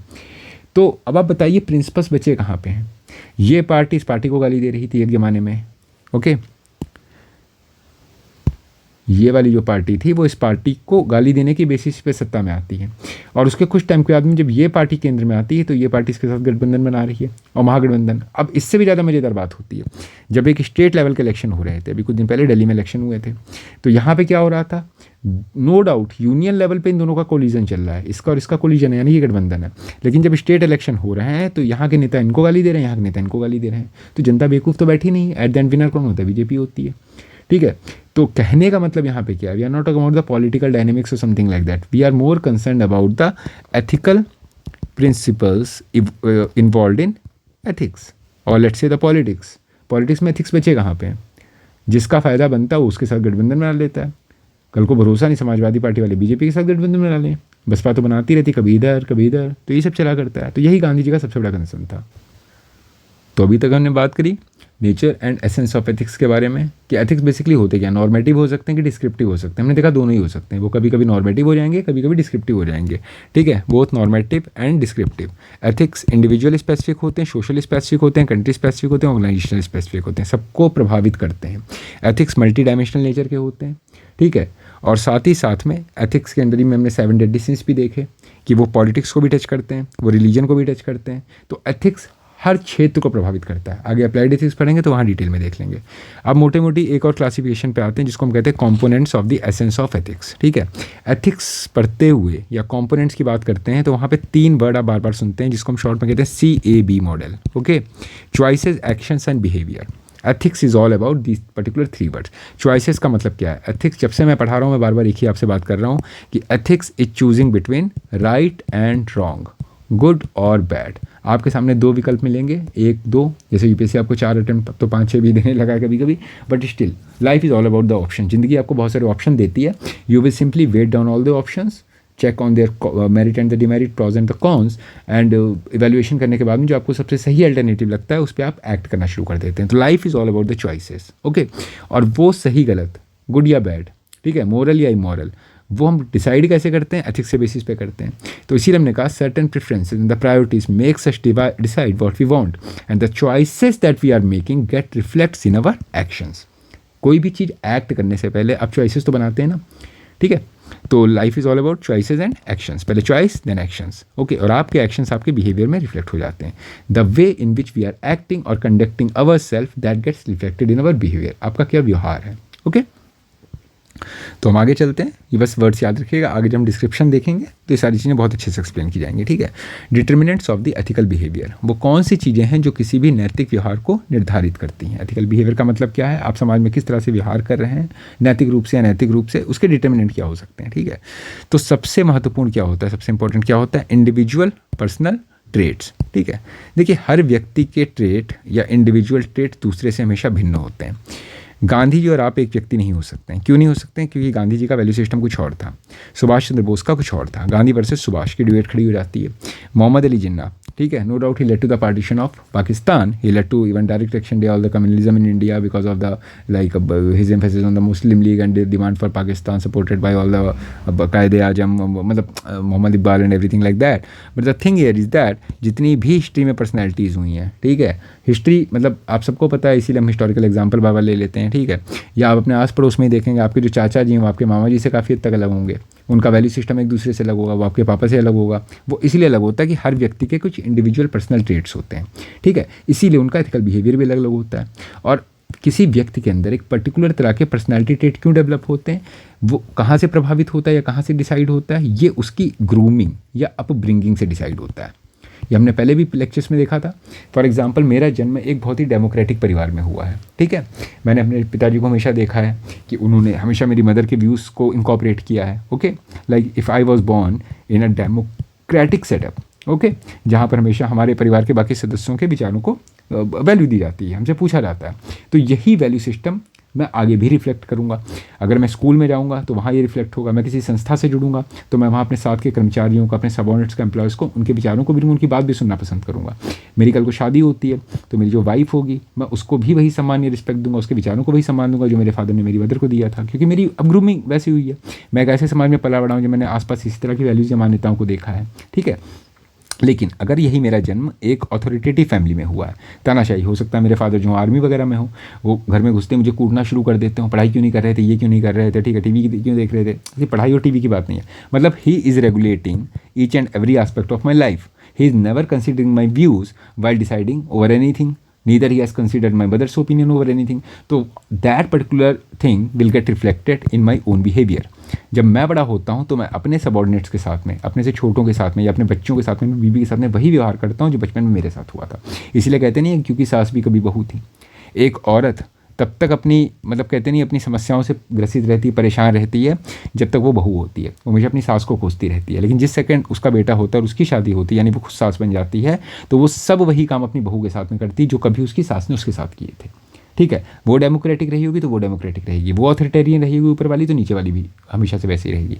यानी कहने का मतलब है जो इंडिविजुअल पर्सनल ट्रेट्स डेवलप हो रहे हैं ये कहीं ना कहीं आपकी अपब्रिंगिंग की वजह से हो रहे हैं, किस तरह का एजुकेशन आपको मिला है. कई बार क्या होता है हमारे घरों में कुछ और माहौल होता है, ठीक है, लेकिन हम जिस एजुकेशन को फॉलो कर रहे हैं, ठीक है, शैक्षिक संस्था में जा रहे हैं, हम कुछ पढ़ाई लिखाई कर रहे हैं, तो जो भी हम एजुकेशन या शिक्षा ग्रहण कर रहे हैं उसका भी हमारे वैल्यू सिस्टम पर प्रभाव पड़ता है. हमारी रिलीजियस बिलीफ या मान्यताएं कैसी हैं, ठीक है, मैं एक ऐसे धर्म से हो सकता है आता हूँ जहाँ पे बलि प्रथा बिल्कुल बंद हो, ठीक है, वहाँ पे नॉनवेज ना खाया जाता हो, तो कहीं ना कहीं मैं लाइफ को लेकर रिस्पेक्ट दूंगा, ठीक है, मैं किसी की भी हत्या में बिलीव नहीं करूँगा. तो यहाँ हत्या का मतलब सिर्फ मानना नहीं हो रहा है, कंज्यूम करना भी हो रहा है, तो मैं ऑब्वियसली बात है वेजिटेरियन के रूप में डेवलप होऊंगा, ठीक है. और मैं किसी ऐसे समाज से आता हूँ, किसी ऐसे परिवार से आता हूँ जहाँ पे क्या होता है कि मैंने बचपन से देखा, मैं छोटा सा हूँ, देख रहा हूँ मेरे घर में नॉनवेज कट रहा है. See I am not going to descriptive ethics, ठीक है, क्यों हो रहा है, क्यों हो रहा है, होना चाहिए नहीं होना चाहिए, I am just giving you some examples. So never get offensive over anything, ठीक है. ऐसा हो सकता है कि मैं नॉनवेज खाता हूँ, मैं तो बस आपको एग्जाम्पल लेने के लिए समझा रहा हूँ, ठीक है. तो अगर मैंने एक ऐसा वैल्यू सिस्टम अपने आसपास में देखा है, मेरे रिलीजियस बिलीव ऐसे हैं जहाँ पे sacrifice a very normal thing, respect for life जैसी चीज़ होती है तो सिर्फ ह्यूमंस के लिए होती है, एनिमल्स के लिए नहीं होती है, ठीक है. तो उस केस में क्या होगा, मेरा वैसा वैल्यू सिस्टम हो जाएगा. कई बार एक्सपीरियंसेस ऐसे होते हैं, इससे आप लोग ज़्यादा अच्छे से रिलेट कर सकते हैं. फॉर एग्जाम्पल आप लोग सिविल्स की तैयारी करने मुखर्जी नगर में आते हैं, ठीक है. अब होता क्या है कि आपका जो रूम, मतलब जो आपका मकान मालिक है, जो आपका लैंडलॉर्ड है, वो आपसे वहाँ पे अड़ गया है कि भैया 10,000 से कम पे आपको रूम नहीं देंगे, रूम आपको छोटा सा मिल रहा है, आपके पास पैसे नहीं थे, घर से पैसे नहीं मिला, आप ट्यूशन पढ़ा के सर्वाइव कर रहे हैं फॉर एग्जांपल, ठीक है, कोचिंग ले रहे हैं, ट्यूशन ले रहे हैं, समथिंग लाइक दैट. अब उस केस में क्या होता है, आपको एक चीज़ समझ में आ गई कि पैसा है तो कैसा है. जब आपकी जेब में पैसा है तो लोग कहेंगे भाई तू कैसा है, that kind of the thing. यानी money is everything. Once you are not having the money, you wanted to have a tea early in the morning, you go to a shop over here, और आप कहते हो कि रोज़ यहाँ से भैया निकलते हैं यार, एक चाय पिला दो, इस समय चेंज नहीं है, शाम तक दे दूंगा आपको, वो मना कर देता है आपको. अब आप सुबह से बिना चाय के बैठे हुए हैं, तो आपके दिमाग में कहीं ना कहीं फ्रस्ट्रेशन पैदा हो रही है, जिस दिन आईएएस बनूंगा उस दिन इसकी चाय की रेडी उठवा दूंगा मैं, जिस दिन आईपीएस बनूंगा लठ भरवा दूंगा इस पर, ठीक है. आपने ऑटो किया, ऑटो के पैसे नहीं है आपके पास में, ठीक है, ऑटो वाला आपसे पिट गया, उसने आपको गाली वाली दे दी, उतार दिया बीच रास्ते में, पैसे नहीं है, शक्ल देके बैठा करो. आप जिस दिन आईपीएस बन के आएंगे सबसे पहले लट्ठू सी बजाएंगे, ठीक है. तो आपकी जो, मैं ये नहीं कह रहा हूँ आपने सही किया गलत किया, आपके जो लाइफ एक्सपीरियंसेस होते हैं वो कहीं ना कहीं आपकी पर्सनैलिटी को डेवलप करने में बहुत सहायक होते हैं. गांधी जी को एक बार ट्रेन से नीचे फेंका गया था, आप समझिएगा बात को. उसके तुरंत बाद उनको एक चीज़ समझ में आ जाती है कि मेरे साथ रेसिज्म के आधार पर भेदभाव हुआ है, ठीक है, तो I will stand against racism. और कोई छोटी सोच का आदमी होता क्या करता है, चल बेटा बाहर मिल, ठीक है, जो भी टीटी था जो भी था उसको पकड़ता बाहर, उसको पकड़ कूट देता. लेकिन गांधी ने उसको एक बहुत अपर लेवल पे लेगा. उन्होंने कहा जो भेदभाव मेरे साथ हुआ है, मान के चलिए यहाँ पे मैं उस टीटी को पकड़ के बाहर पीट देता हूँ, अपने लड़के बुला लेता हूँ, दादा अब्दुल्ला वगैरह, शेख अब्दुल्ला, जिन सॉरी दादा एक थे दादा अब्दुल्ला जिनके ये फर्म में काम करने के लिए गए हुए थे, वो भी काफ़ी इन्फ्लुएंशियल आदमी थे. हो सकता है गांधी जी को फ़ोन घुमा के कंप्लेन कर देते कि आपने बुलाया, मेरे साथ ऐसी बेइज्जती हो गई, मुझे मारा पीटा गया. दादा अब्दुल्ला अपने गुंडे भेज के उस टीटी को पिटवा देते या कोई लीगल एक्शन ले लेते, मैं कहता हूँ. तो वहाँ पर उस गांधी का एक पर्सनल रिवेंज हो जाता, ठीक है. गांधी जी एक पर्सनल रिवेंज ले लेते, लेकिन गांधी ये समझ जाते हैं कि मैं एक इंडियन हूँ, ठीक है, and I became a victim of racism here, ठीक है. Despite purchasing a ticket for the first class, I was thrown out of that particular compartment just because I belong to a particular ethnic group. So a similar kind of the racial discrimination might be faced by my fellow Indians. So why I should venge just on my behalf? Why not to take a collective stand on behalf of all my Indian friends? तो इसीलिए गांधी वहाँ पे एक unjust practice के against में खड़े होते हैं. यानी कहने का मतलब है ये भी तो उनका एक एक्सपीरियंस ही था. तो आप, मैंने एक एग्जांपल दिया था कि आप रेडी वाले को कूट रहे हैं, आप पुलिस वाले बन जाते हैं, या कसम खाते हैं कि मेरे साथ एक पुलिस वाले ने मुझे एक बार कूट दिया था, या मैं बुक स्टॉल पे किताब खरीदने गया था तो उसने कह दिया कि 300 रुपये की किताब है, मेरे पास 200 रुपये थे, ठीक है, तो उसने मना कर दिया किताब देने से। कल को मैं आईपीएस बनूंगा, उसकी दुकान बंद करवा दूंगा। ठीक है, तो आपके अंदर एक अलग तरह का वैल्यू सिस्टम डेवलप होता है। हो सकता है आप एक जेन्युइन आदमी हो, तो आप सोचें यार because of some monetary reasons I was unable to avail that particular book, and tomorrow once I am selected I will get a proper job, then I will create some kind of a library with the help of my friends and everything, so that no other student will face a similar kind of the situation that was faced by me। यानी experience भी अलग अलग लोगों पे अलग अलग तरह का पर्सनैलिटी को डेवलप करने में सहायक होते हैं। तो कुछ लोग बहुत अच्छे बन जाते हैं, कुछ लोग विलन टाइप के बन जाते हैं, है ना। लाइफ के अनुभव सबको बहुत हार्ड होते हैं। ठीक है, सबने, मेरे कई पहचानने वाले लड़के हैं, कई दोस्त हैं जिनको घर से पैसा नहीं मिलता था, उन्होंने बहुत स्ट्रगल किया, बड़ी मेहनत से पढ़ाई की, जुडिशरी का एग्जाम निकला, हाईकोर्ट जज बन गए। ठीक है, उनके दिमाग में क्या है आज की डेट में, ये चीज़ें हैं कि जो इनजस्टिस मैंने फेस किया है, जो प्रॉब्लम्स या चैलेंजेस मैंने फेस किए हैं, वो आने वाले समय में किसी और को फेस ना हो। तो उन्होंने अपने फ्रेंड्स की मदद से कुछ पब्लिक लाइब्रेरी शुरू की, हेल्प करना शुरू की, और उनकी नज़र या पहचान में कोई भी ऐसा बच्चा आता है जो एस्पिरेंट है, तैयारी करना चाहते हैं, वो उसकी हेल्प भी करते हैं। ठीक है, कुछ ऐसे लोग भी होते हैं जो समाज से बदला लेने के लिए पैदा हुए होते हैं। तो वही मैंने कहा, individual personality traits, they are the basically the determinant of ethical behaviour. Culture, country or of an individual, एक व्यक्ति किस समाज से आता है, किस परिवेश से आता है, और किस समाज और राष्ट्र का हिस्सा है, ये भी काफ़ी हद तक उसके एथिकल बिहेवियर को डिटरमाइन करता है। क्यों डिटरमाइन करता है? आपने जापान के बारे में सुना होगा। ठीक है, जापान के लोग सॉरी बहुत बोलते हैं हर चीज़ में। ठीक है, दूसरी बात, उनको अपनी नेशनल प्राइड बहुत वो होती है, सिग्निफिकेंट होती है। ठीक है, I will give you a classic example. एक छोटी सी घटना है जो मैंने छोटे से मतलब अपने बचपन में पढ़ी थी एक बार, कि एक इंडिया से कुछ बच्चों का एक ग्रुप जापान जाता है। ठीक है, and there was a boy over here who was looking for a particular book that was not available in India। अब उसको किसी जापानी बुक स्टोर पे उसी किताब की एक प्रति मिलती है। वो बेचारा बच्चा दुकानदार से कहता है कि ये किताब थी, मैं काफ़ी टाइम से कई देशों में घूमा हूँ, वहाँ पे मैं इस किताब को ढूंढ रहा था, लेकिन ये किताब मुझे मिल नहीं पा रही थी। तो आप क्या मेरी सहायता कर सकते हैं? आप ये बुक मुझे प्रोवाइड कर सकते हैं? जो भी मूल्य होगा मैं देने को तैयार हूँ। दुकानदार कहता है कि बेटा ये बुक बहुत पुरानी हो गई, बहुत फटी हुई है, ठीक है, और मैं आपको दे नहीं सकता हूँ, ये आपको समय रुक जाइए, मैं आपके लिए एक दूसरी प्रति अवेल करा दूंगा कहीं से। अब बच्चा अड़ जाता है, बच्चा कहता है नहीं मुझे यही किताब चाहिए, आप पैसे दे दो, पैसे मैं पूरे दूंगा, पैसे की चिंता मत करिए। ठीक है, अब होता क्या है, तो वो जो दुकानदार होता है वो कहता है बेटा आप 2 मिनट रुको, मैं 2 मिनट में आ रहा हूँ और आपको ये बुक अवेल करा दूंगा। वो दुकानदार अंदर जाता है और करीब 15-20 मिनट लौटता है, तो उस पर एक नई बाइंडिंग होती है किताब पे। ठीक है, अच्छा सा कवर वगैरह लगा होता है, चमचमाता हो, कि किताब तो फट गई होती, कवर फट गया होता है, और उसके बाद वो बढ़िया सा उसको सजा बजा के एक फ्लावर रख के उस बच्चे को देता है। बच्चा पैसे देने लगता है। तो जापान कहता है it is a gift from the people of Japan to the people of India with love. Okay, आप समझिएगा बात को। ये जब बच्चा जापान से वापस आएगा, इस कहानी को 10 जगह पे बताएगा। अब आप सोचिए इंडियंस के ऊपर जापानियों का क्या इम्पैक्ट पड़ेगा। मतलब जो भी ये कहानी सुनेगा वो ये कहेगा यार जापानी लोग अपनी नेशनल आइडेंटिटी को लेकर बड़े कॉन्शियसनेस, मतलब उनके अंदर कॉन्शियसनेस होती है। उनको लगता है कि एक बाहर का बंदा हमारे यहाँ पे आए, कोई किताब को ढूंढता है, किसी भी चीज़ को ढूंढता है, वो जब अपने देश वापस जाएगा तो एक अच्छा एक्सपीरियंस लेके जाए। हम उसको एक ऐसी चीज़ दे के भेजेंगे, एक गुलाब देने में कुछ नहीं चला जाता है। आप इंडिया गेट घूमने जाते, कहीं घूमने जाते हैं, आपको कोई फॉरेन टूरिस्ट मिलती है, फीमेल मिलती है, कुछ मिलती है, आप उससे 2 तरीका का व्यवहार कर सकते हैं। एक हो सकता है अगर वो आपसे हेल्प मांगे, कुछ पूछे कि भैया मुझे मतलब इंग्लिश ही आती है, मुझे यहाँ की रीजनल भाषा नहीं समझ में आती है, and I am unable to get some kind of a help, कुछ वो अवेल करना चाहती है सर्विस, आप उसको करा देते हैं। तो वो जब अपने देश वापस आई है, Indians are very helpful in nature, they are very good, I met a person, तो वो एक बड़ा अच्छा इंप्रेशन या इम्पैक्ट लेके जाएगी आपका। ठीक है, लेकिन वही आप उसके साथ में कुछ बेवकूफ़ी बातें शुरू कर देते हैं, कुछ इस पर वल्गर या सेक्सिस्ट रिमार्क मारना शुरू कर देते हैं, जैसा इंडिया काफ़ी फेमस भी रहा है। ठीक है, फॉरेनर्स के साथ में व्यवहार को लेके, ठीक है, कहना नहीं चाहिए लेकिन ये चीज़ आप पता पड़ती है न्यूज़पेपर में। तो जब ये लोग इंडिया से बाहर जाते हैं तो इंडिया के बारे में क्या छवि लेके जाते हैं। अभी महाकुंभ हो रहा है, बहुत सारे फॉरेन टूरिस्ट भी आ रहे हैं, और कुछ ऐसी सोशल मीडिया में घटनाएं आती हैं कि देख के बड़ा दुख होता है। ठीक है, कि आप किस तरीके का ऐसी जगह पे क्राउडेड जगहों पे व्यवहार करते हैं, फॉरेन टूरिस्ट के साथ में सब कुछ करते हैं। ठीक है, अच्छे लोग भी हैं, ऐसा नहीं है, बहुत लोग अच्छी इमेज भी लेके जाते हैं, ऐसा नहीं होता।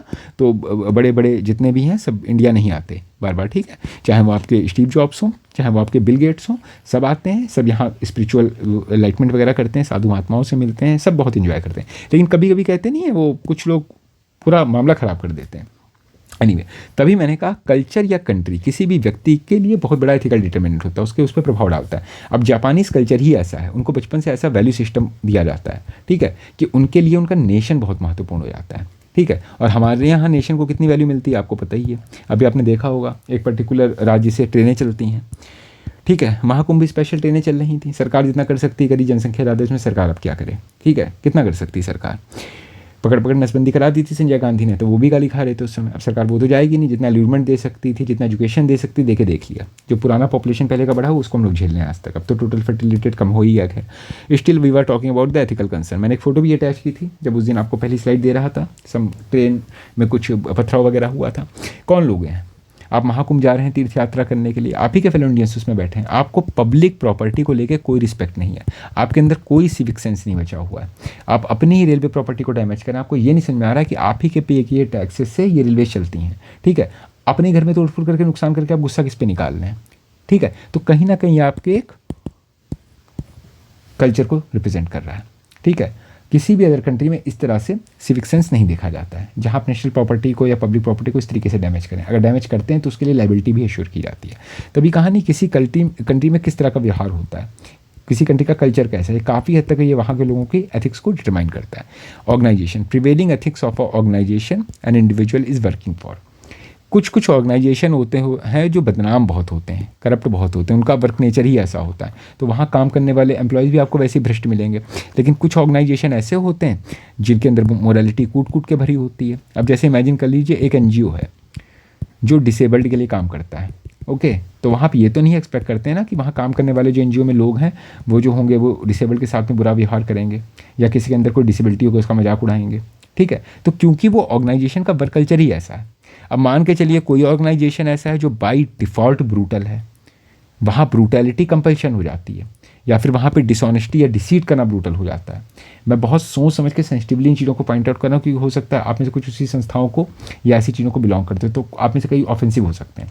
लेकिन आपको पता होगा कि कुछ वास्तव में ऐसे प्रोफेशन होते हैं, ठीक है, I should prefer avoiding it, but आप समझ गए होंगे, ठीक है, जिसमें टैक्स चोरी करना ही महत्वपूर्ण हो जाता है। तो बेसिकली डिसऑनेस्टी प्रिवेल्स इन सच इंस्टीट्यूशंस। तो ऐसे लोग भी तो डिसऑनेस्ट ही होंगे। आप पहले दूसरों का टैक्स बचाने की बातें करते हैं, फिर आप टैक्स चोरी भी करेंगे, tax evasion, tax erosion, everything like that happens. तो ये सब डिटरमिनेंट ऑफ एथिक्स होते हैं, ठीक है। Individuals ethics are largely dependent on how the person has interlized the personal attitudes and values regarding the ethical behaviour. Place का मतलब हम देख ही चुके थे, सोसाइटी से होता है या किसी नेशन से होता है या ऐसे समाज से जहाँ पे आप रह रहे हो, ठीक है। तो वही वाली चीज़ें हो जाती हैं। टाइम भी काफ़ी हद तक एक डिटरमिनेंट होता है एथिक्स का। देखिए होता क्या है, अलग अलग समय पे अलग अलग तरह की नैतिक मान्यताएं होती हैं, ठीक है। किसी समाज में किसी समय पर एक पर्टिकुलर चीज़ को एथिकल माना जाता होगा और उसी समाज में कुछ सालों के बाद वही चीज़ आपकी अनएथिकल हो जाएगी। एक क्लासिक एग्जाम्पल मैं होमोसेक्सुअलिटी का लेना चाहूँगा यहाँ पे, ठीक है। वो इसलिए लूँगा क्योंकि एलन ट्यूरिंग काफ़ी न्यूज़ में रहे थे बीच में, उन पर एक मूवी भी बनी थी बहुत अच्छी, ठीक है। ब्रिटेन में एग्लास्टिकल लॉज चलते हैं, ओके। ब्रिटेन जो है वहाँ पे थियोलॉजिकल लॉज चलते हैं।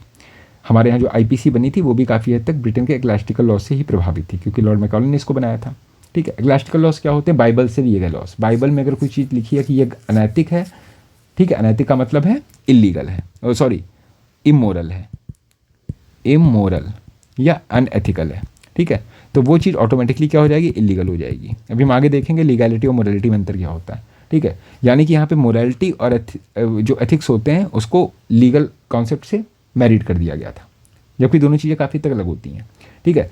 तो हुआ क्या कि वहाँ पे वर्ड यूज़ हुआ था बाइबल में natural sex, only natural sex is permissible as per the Bible. तो आईपीसी ने क्या कहा कि हर तरह के अननेचुरल सेक्स को उन्होंने क्रिमिनलाइज कर दिया।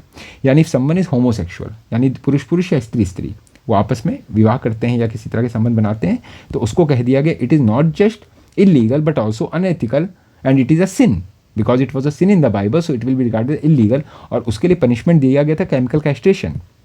केमिकल कैस्ट्रेशन, इसके बारे में गूगल कर लीजिएगा, मैं क्लास में अवॉइड करना चाहता हूँ बताना, आप सब सेंसिबल हैं, समझदार हैं, ठीक है।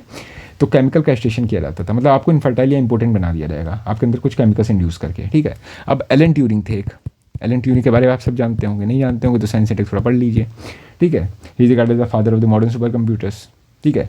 बताते हैं सेकंड वर्ल्ड वॉर के टाइम पे अगर उन्होंने अपनी मशीन नहीं बनाई होती तो सेकंड वर्ल्ड वॉर और लंबा खिंचता, ठीक है। ऐसे जीनियस आदमी के साथ एक चीज़ हो गई कि ही वॉज होमोसेक्सुअल। ये बात इसने काफ़ी टाइम तक छुपाई, लेकिन जैसे ही बात डिस्क्लोज होती, despite of all his accomplishment, despite all his achievements, all his contributions, he was chemically castrated. और कुछ समय बाद इनकी मृत्यु हो जाती है और इनको एक क्रिमिनल की तरह ट्रीट किया गया जीते जी। लेकिन 2003 के आसपास ब्रिटेन की महारानी माफ़ी मांगती हैं सामाजिक रूप से, क्योंकि होमोसेक्सुअलिटी का लॉ वहाँ से ख़त्म कर दिया गया था। यानी ब्रिटेन में एक समय में homosexuality was unethical as well as illegal. लेकिन वही कानून बदल जाता है तब आपके एथिक्स बदल जाते हैं। तभी मैंने कहा था टाइम भी काफ़ी हद तक डिटर्मिनेंट होता है एथिक्स का, ठीक है। तो आप कैसे कह सकते हैं कि एथिक्स आर यूनिवर्सल? अगर एथिक्स यूनिवर्सल होते तो क्या एथिक्स के पैरामीटर बदलने की कोशिश पड़ती? अगर मैं आपसे कह दूं कि सत्य बोलना एथिकल है जबकि झूठ बोलना, सत्य बोलना एथिकल है, ठीक है, और असत्य बोलना या मिथ्यावाद जो है वो अनएथिकल है, तो it should be universally true ना। ये युधिष्ठिर के काल में भी उतना ही सही था जितना आज के समय में। लेकिन हो क्या रहा है कि अगर ये कह दिए कि अभी सडनली कानून बन जाए कि नहीं भैया पार्शियल ट्रूथ अलाउड है, या आप कह दिए कि नहीं उस ज़माने में चलता था अब ये नहीं चलता है, या उस ज़माने में नहीं चलता तब ये चलता है, तो इस चीज़ में तो हो ही नहीं सकता ना। ये हमेशा से यूनिवर्सल वो रहा है फैक्ट कि सत्य बोलना चाहिए। हरिश्चंद्र के टाइम पे भी, गांधी जी के टाइम पे भी, आज में भी। आज की डेट में अगर अपने घर पे झूठ बोलेंगे आप अनैतिक कहलाएंगे, ठीक है। लेकिन होमोसेक्सुअलिटी की बात करें, आज से कुछ साल पहले आप गे प्राइड परेड में पार्टिसिपेट करके दिखा दीजिए, आपके जूते चप्पल जल जाएंगे, आपको सामाजिक बहिष्कृत कर दिया जाएगा। आज की डेट में फैशन बन गया है। सही गलत की बात ही नहीं कर रहे, हम कह रहे हैं time changes, places changes, ethics changes, ठीक है। तो not necessarily every time ethics are universal in nature, some time they may be specific. आगे हम आगे चल के इसको देखेंगे, ठीक है। समटाइम्स एथिक्स आर, हम क्योंकि डिटर्मिनेंट्स की बात कर रहे हैं, सिचुएशन एंड सर्कमस्टेंसेस। कई बार क्या होती हैं, परिस्थितियाँ किसी भी चीज़ को नैतिक या नैतिक बना देती हैं। जैसे मैं आपसे कह दूँ चोरी करना क्राइम है, ठीक है, लेकिन इमेजिन करिए आपके सामने एक भूखा बच्चा बैठा हो, परिस्थिति ऐसी बन जाती है कि उसका पेट भरने के लिए आप किसी दुकान को तोड़ के, ताला तोड़ के उसमें से चोरी करके उस बच्चे को कुछ दे देते हैं। तो क्या होगा यहाँ पे कि वो चोरी करना आपका अनएथिकल तो तब भी है चोरी करना, लेकिन वो थोड़ा सा उसकी इंटेंसिटी कम हो जाती है, ठीक है, it becomes less unethical, okay. अब आप इमेजिन कर लीजिए कि चोरी करना अपने आप में क्राइम है। अब आप चुरा कहाँ से रहो, भिखारी के कटोरे से कुछ चुरा रहे हो, तो वो और सीवियर हो जाता है। यानी कि सर्कमस्टेंसेज या परिस्थितियाँ कई बार एथिक्स को लेस या सीवियर बना देती हैं। जैसे फॉर एग्जांपल आप यहाँ पे खड़े हैं, यहाँ पर एक लड़की भागती हुई आपके पास आती है, ठीक है, आप गांधी जी हैं, आपने कसम खा के बैठे हैं हरिश्चंद्र की तरह पे मैं जीवन भर सत्य ही बोलूँगा। अब ये लड़की अपनी बेचारी मॉडेस्टी बचाने के लिए भाग रही है, इसके पीछे कुछ क्रिमिनल्स पड़े हुए हैं।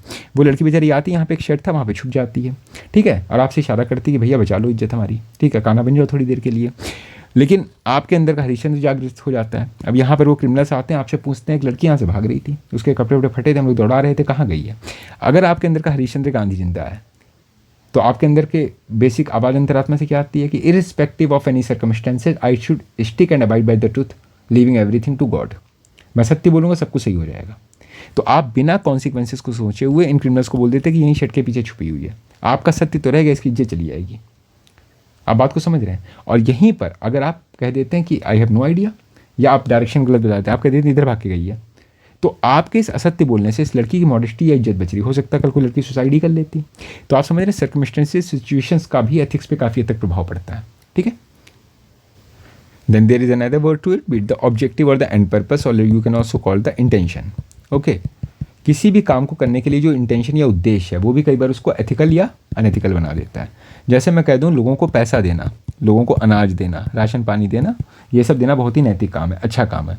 लेकिन अगर ये पैसा, अनाज और ये सारी चीज़ें या प्यार मोहब्बत उसका धर्म परिवर्तन के लिए दिया जा रहा हो, कंडीशनल ट्रांसफ़र हो, आपने कंडीशनल ट्रांसफ़र के बारे में सुना ही होगा, हम पैसा तो देंगे लेकिन बदले में कुछ ना कुछ लेंगे, तुम्हारा ईमान ले लेंगे, ठीक है। तो आपने देखा होगा प्रोस्टिलाइजेशन, आपने एक वर्ड सुना होगा, ठीक है। तो क्या प्रोस्टिलाइजेशन एथिकल है? नहीं, डेफिनेटली अनएथिकल है। किसी का एक रिलीजियस वैल्यू से दूसरे रिलीजियस वैल्यू में शिफ्ट होना, एक धर्म में पैदा हुआ है दूसरे धर्म को अपनाना, ये उसकी एक पर्सनल चॉइस होनी चाहिए, ठीक है। हो सकता है मैं एक हिंदू पैदा हूँ लेकिन मुझे क्रिश्चियन प्रिंसिपल्स ने आकर्षित किया हो, ठीक है, मैं प्रभावित हुआ हूँ बाइबल को पढ़ के। गांधी भी बहुत सारे क्रिश्चियन बिलीफ सिस्टम से प्रभावित हुए थे, लेकिन उन्होंने हिंदू धर्म तो नहीं छोड़ दिया, उन्होंने वैल्यूज़ को एम्ब्रेस किया, ठीक है। तो you may leave your religion और may not, it is your personal choice. लेकिन आपको कोई राशन दे रहा है, आपको ये कह रहा है मैं आपको स्कूल का प्रिंसिपल बना दूंगा, आपके बच्चों को विदेश में एजुकेशन दिलवा दूंगा, तो कहीं ना कहीं पे अल्यूरमेंट कर रहे हो, ठीक है। तो यहाँ पे क्या था, इंटेंशन मैटर करता है, आपका उद्देश्य क्या था किसी भी काम को करने में, ये उसकी एथिकल चीज़ का डिटरमिनेंट बन जाता है। कल्चर की बात हम पहले भी कर चुके हैं कि किसी समाज का जो कल्चर होता है या वहाँ की जो संस्कृति होती है वो वहाँ पे इंडिविजुअल वैल्यूज़ को डेवलप करने में सहायक होती है, ठीक है। ये हम आगे डिटेल में भी देखेंगे। ये इंडिविजुअलिस्टिक या सोशल कल्चर हर तरीके से डिफाइन करती है।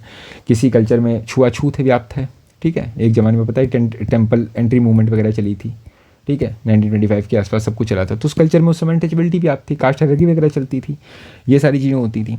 तो आपके अंदर का जो वैल्यू सिस्टम होगा वो अनटचेबिलिटी पे बेस्ड होगा। आप सोशल सेग्रीगेशन में बिलीव करेंगे, आप कहीं ना कहीं अनजस्ट हो जाएंगे, आपके साथ लोगों के साथ आप भेदभाव करना शुरू कर देंगे। कोई सड़क पे जा रहे हो, आप कहेंगे कि भैया तुम सड़क पे थूको नहीं, तुम हमसे छू मत जाओ, तो कहीं ना कहीं ये एथिक्स के अगेंस्ट में जाता है। God has created everyone equal, मैंने पहले ही कहा था कि sense of justice, okay, ethics were created to establish the sense of justice in the society. तो अगर यहाँ पे इंजस्टिस हो रहा है किसी भी आधार पे, धर्म के आधार पे, जाति के आधार पे, लिंग के आधार पे, ठीक है, लड़का लड़की में भेदभाव हो रहा है, तो अपने आप में अनएथिकल हो जाता है, किसी भी फैक्टर से हो रहा हो, लेकिन वो कहीं ना कहीं अनएथिकल हो जाएगा।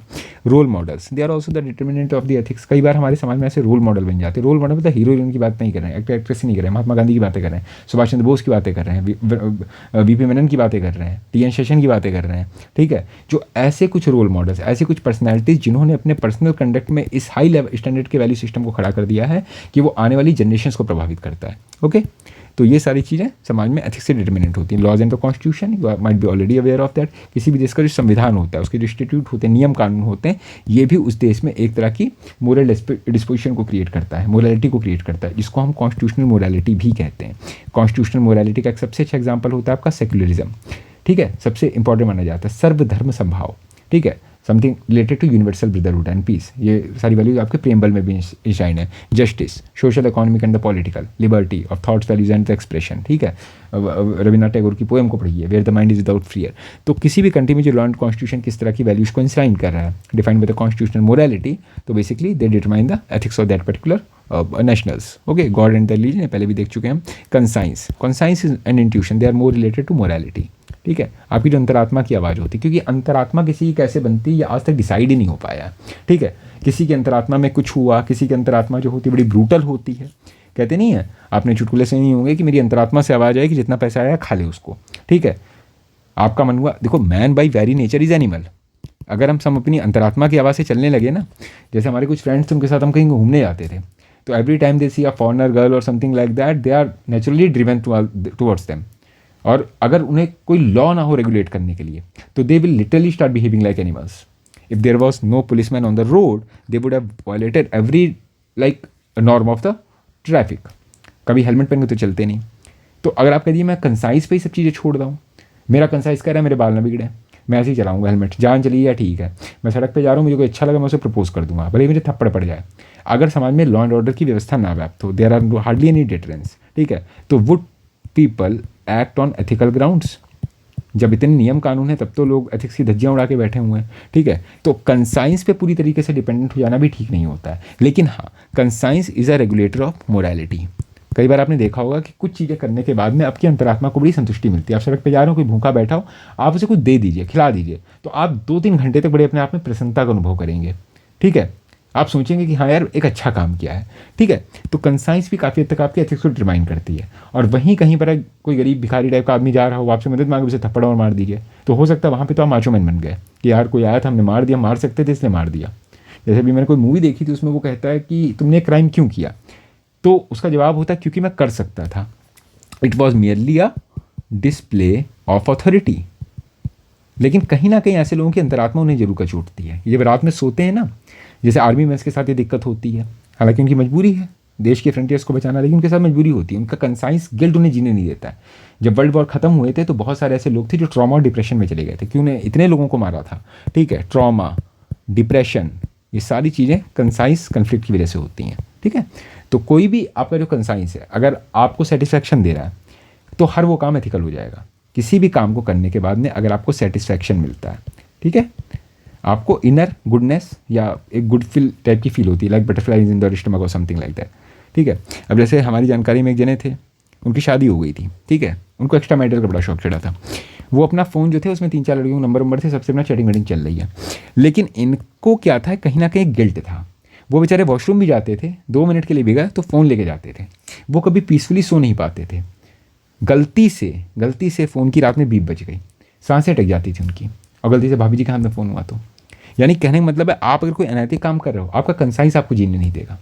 और अगर आप कंसाइंस से प्योरीफाइड हैं, ठीक है, आपकी अंतरात्मा शुद्ध है, आपने कभी किसी का बुरा नहीं किया, आप किसी को डिसीट नहीं कर रहे, चोरी नहीं कर रहे हो, आपकी गर्लफ्रेंड है, आप उसे चीट करके कोई पहले रिलेशनशिप या पहले गवर्नमेंट नहीं चला रहे हो, ठीक है, आप बिल्कुल शांत स्वभाव से रहेंगे, आपको बिल्कुल खतरा डर नहीं महसूस होगा अपने फ़ोन को उसके हाथ में देने पे, ठीक है। कमरे में आप वॉशरूम में चले जाइए, कहीं चलिए, आपसे मिलने आई हुई है, कुछ भी रखा, आप बिल्कुल फ्री फील होकर जाएंगे। वरना आप 2 मिनट वॉशरूम भी गए हुए हैं तो आपकी सांस अटकी है, कहीं उसने फ़ोन ना उठा लिया हो, कहीं कोई पुरानी चैट ना पढ़ ली हो, ठीक है। अगर उसने आपसे बस इतना कह दिया कि आओ बैठो तुमसे कुछ बात करनी है, आपकी हलक अटक जाएगी उतनी देर में। ठीक है। तो कहने का मतलब है किसी भी चीज़ को करने से अगर आपको मानसिक पीस मिल रहा हो तो वो काम नैतिक हो जाता है, और अगर अशांति का है तो आप समझ जाइए फिर क्या है। ठीक है। फैमिली ऑब्वियस सी बात है, हमने पहले ही देखा था। फैमिली में आपके साथ अथॉरिटेरियन डिक्टेटिव वाला एग्जाम्पल में हमने देखा था कि वो वैल्यू सिस्टम को डेवलप करता है। तो I think the lecture should end because we are about to reach that time hour. Now we will focus towards the determinants of ethics in the human action in our subsequent lecture. Let's continue with our last part of the module 1, that is ethics and morality. और जो हम पहला topic आज का ले रहे हैं, जो बेसिकली मैं कल वाइंड अप करा सकता था लेकिन वो थोड़ा सा 5-6 मिनट का था, तो आपके लिए वीडियो बहुत लेंदी हो जाती। Significance of the ethics. हमने एथिक्स के बारे में सब कुछ पढ़ लिया। हो सकता है आपके दिमाग में एक प्रश्न हो कि अब तक मैंने आपसे प्रीवियस ईयर क्वेश्चंस और मॉडल क्वेश्चंस क्यों नहीं इंक्लूड किए हैं, क्योंकि पहले आप थोड़ा पढ़ तो लीजिए। कहने मतलब कई लोगों ने ये मुझे कंप्लेन की और आपने मतलब सजेशन के तौर पे भी है कि हम कुछ PYQs और model question along with the significance that what we are studying, I need to include that. But the thing here is that I am regarding that you people are studying ethics for the first time. ठीक है। पहली बार आप कोई चीज़ पढ़ते हैं तो पहले उस चीज़ को समझ तो लीजिए।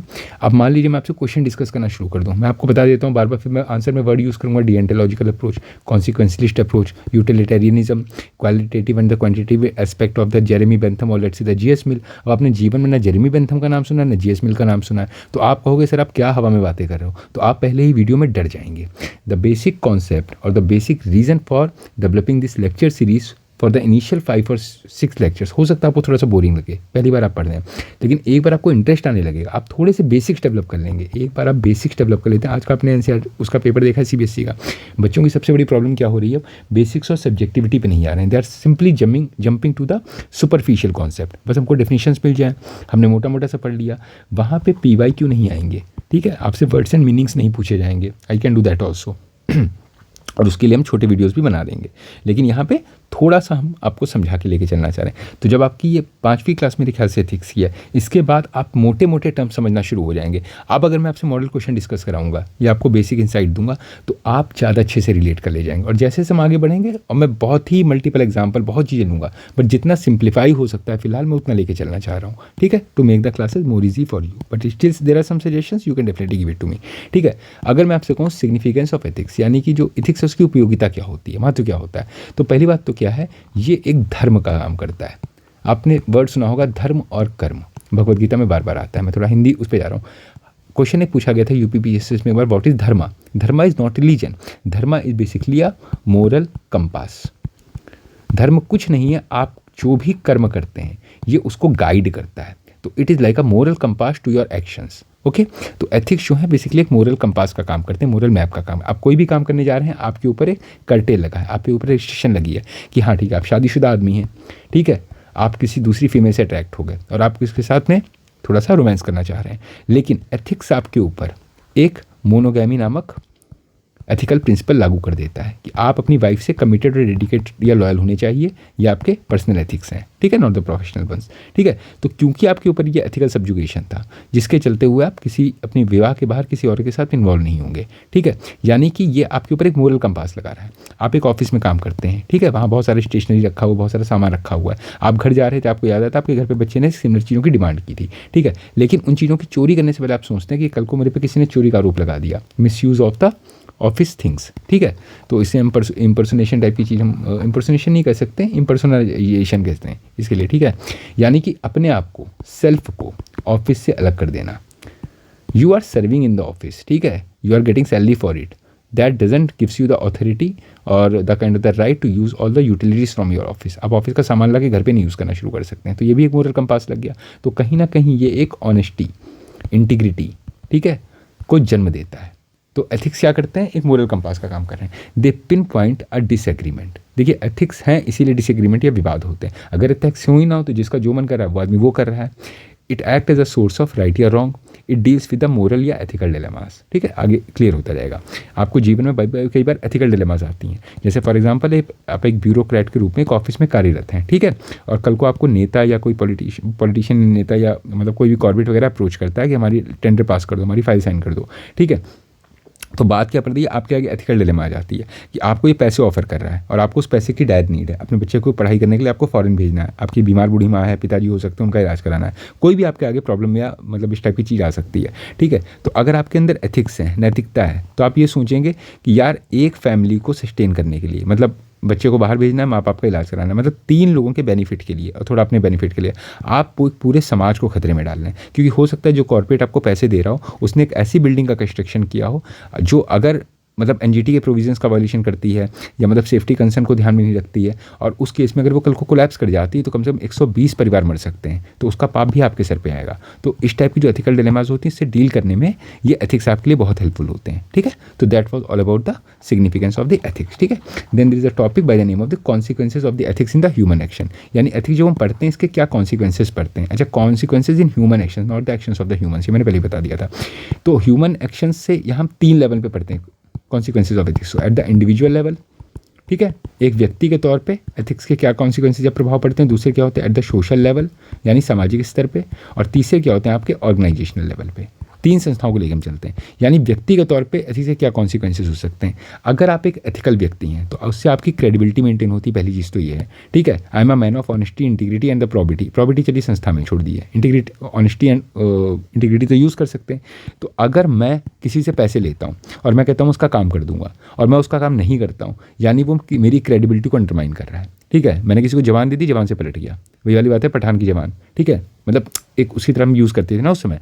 तो अगर मैं एक एथिकल आदमी हूँ तो मैंने अगर किसी से पैसे ले लिए एडवांस में, ठीक है, और बोला है कि भैया मैं शाम तक तुम्हारा काम करके तुमको दे दूंगा, तो अगर मैंने उसका काम करके दे दिया तो पहली बात तो उस आदमी की नज़र में भी मैं चढ़ूंगा और मार्केट में बात जाएगी तो 4 और लोग मेरी एक अच्छी इमेज मेरी आती है। तो यानी कि इट इस्टेब्लिशेस माई क्रेडिबिलिटी।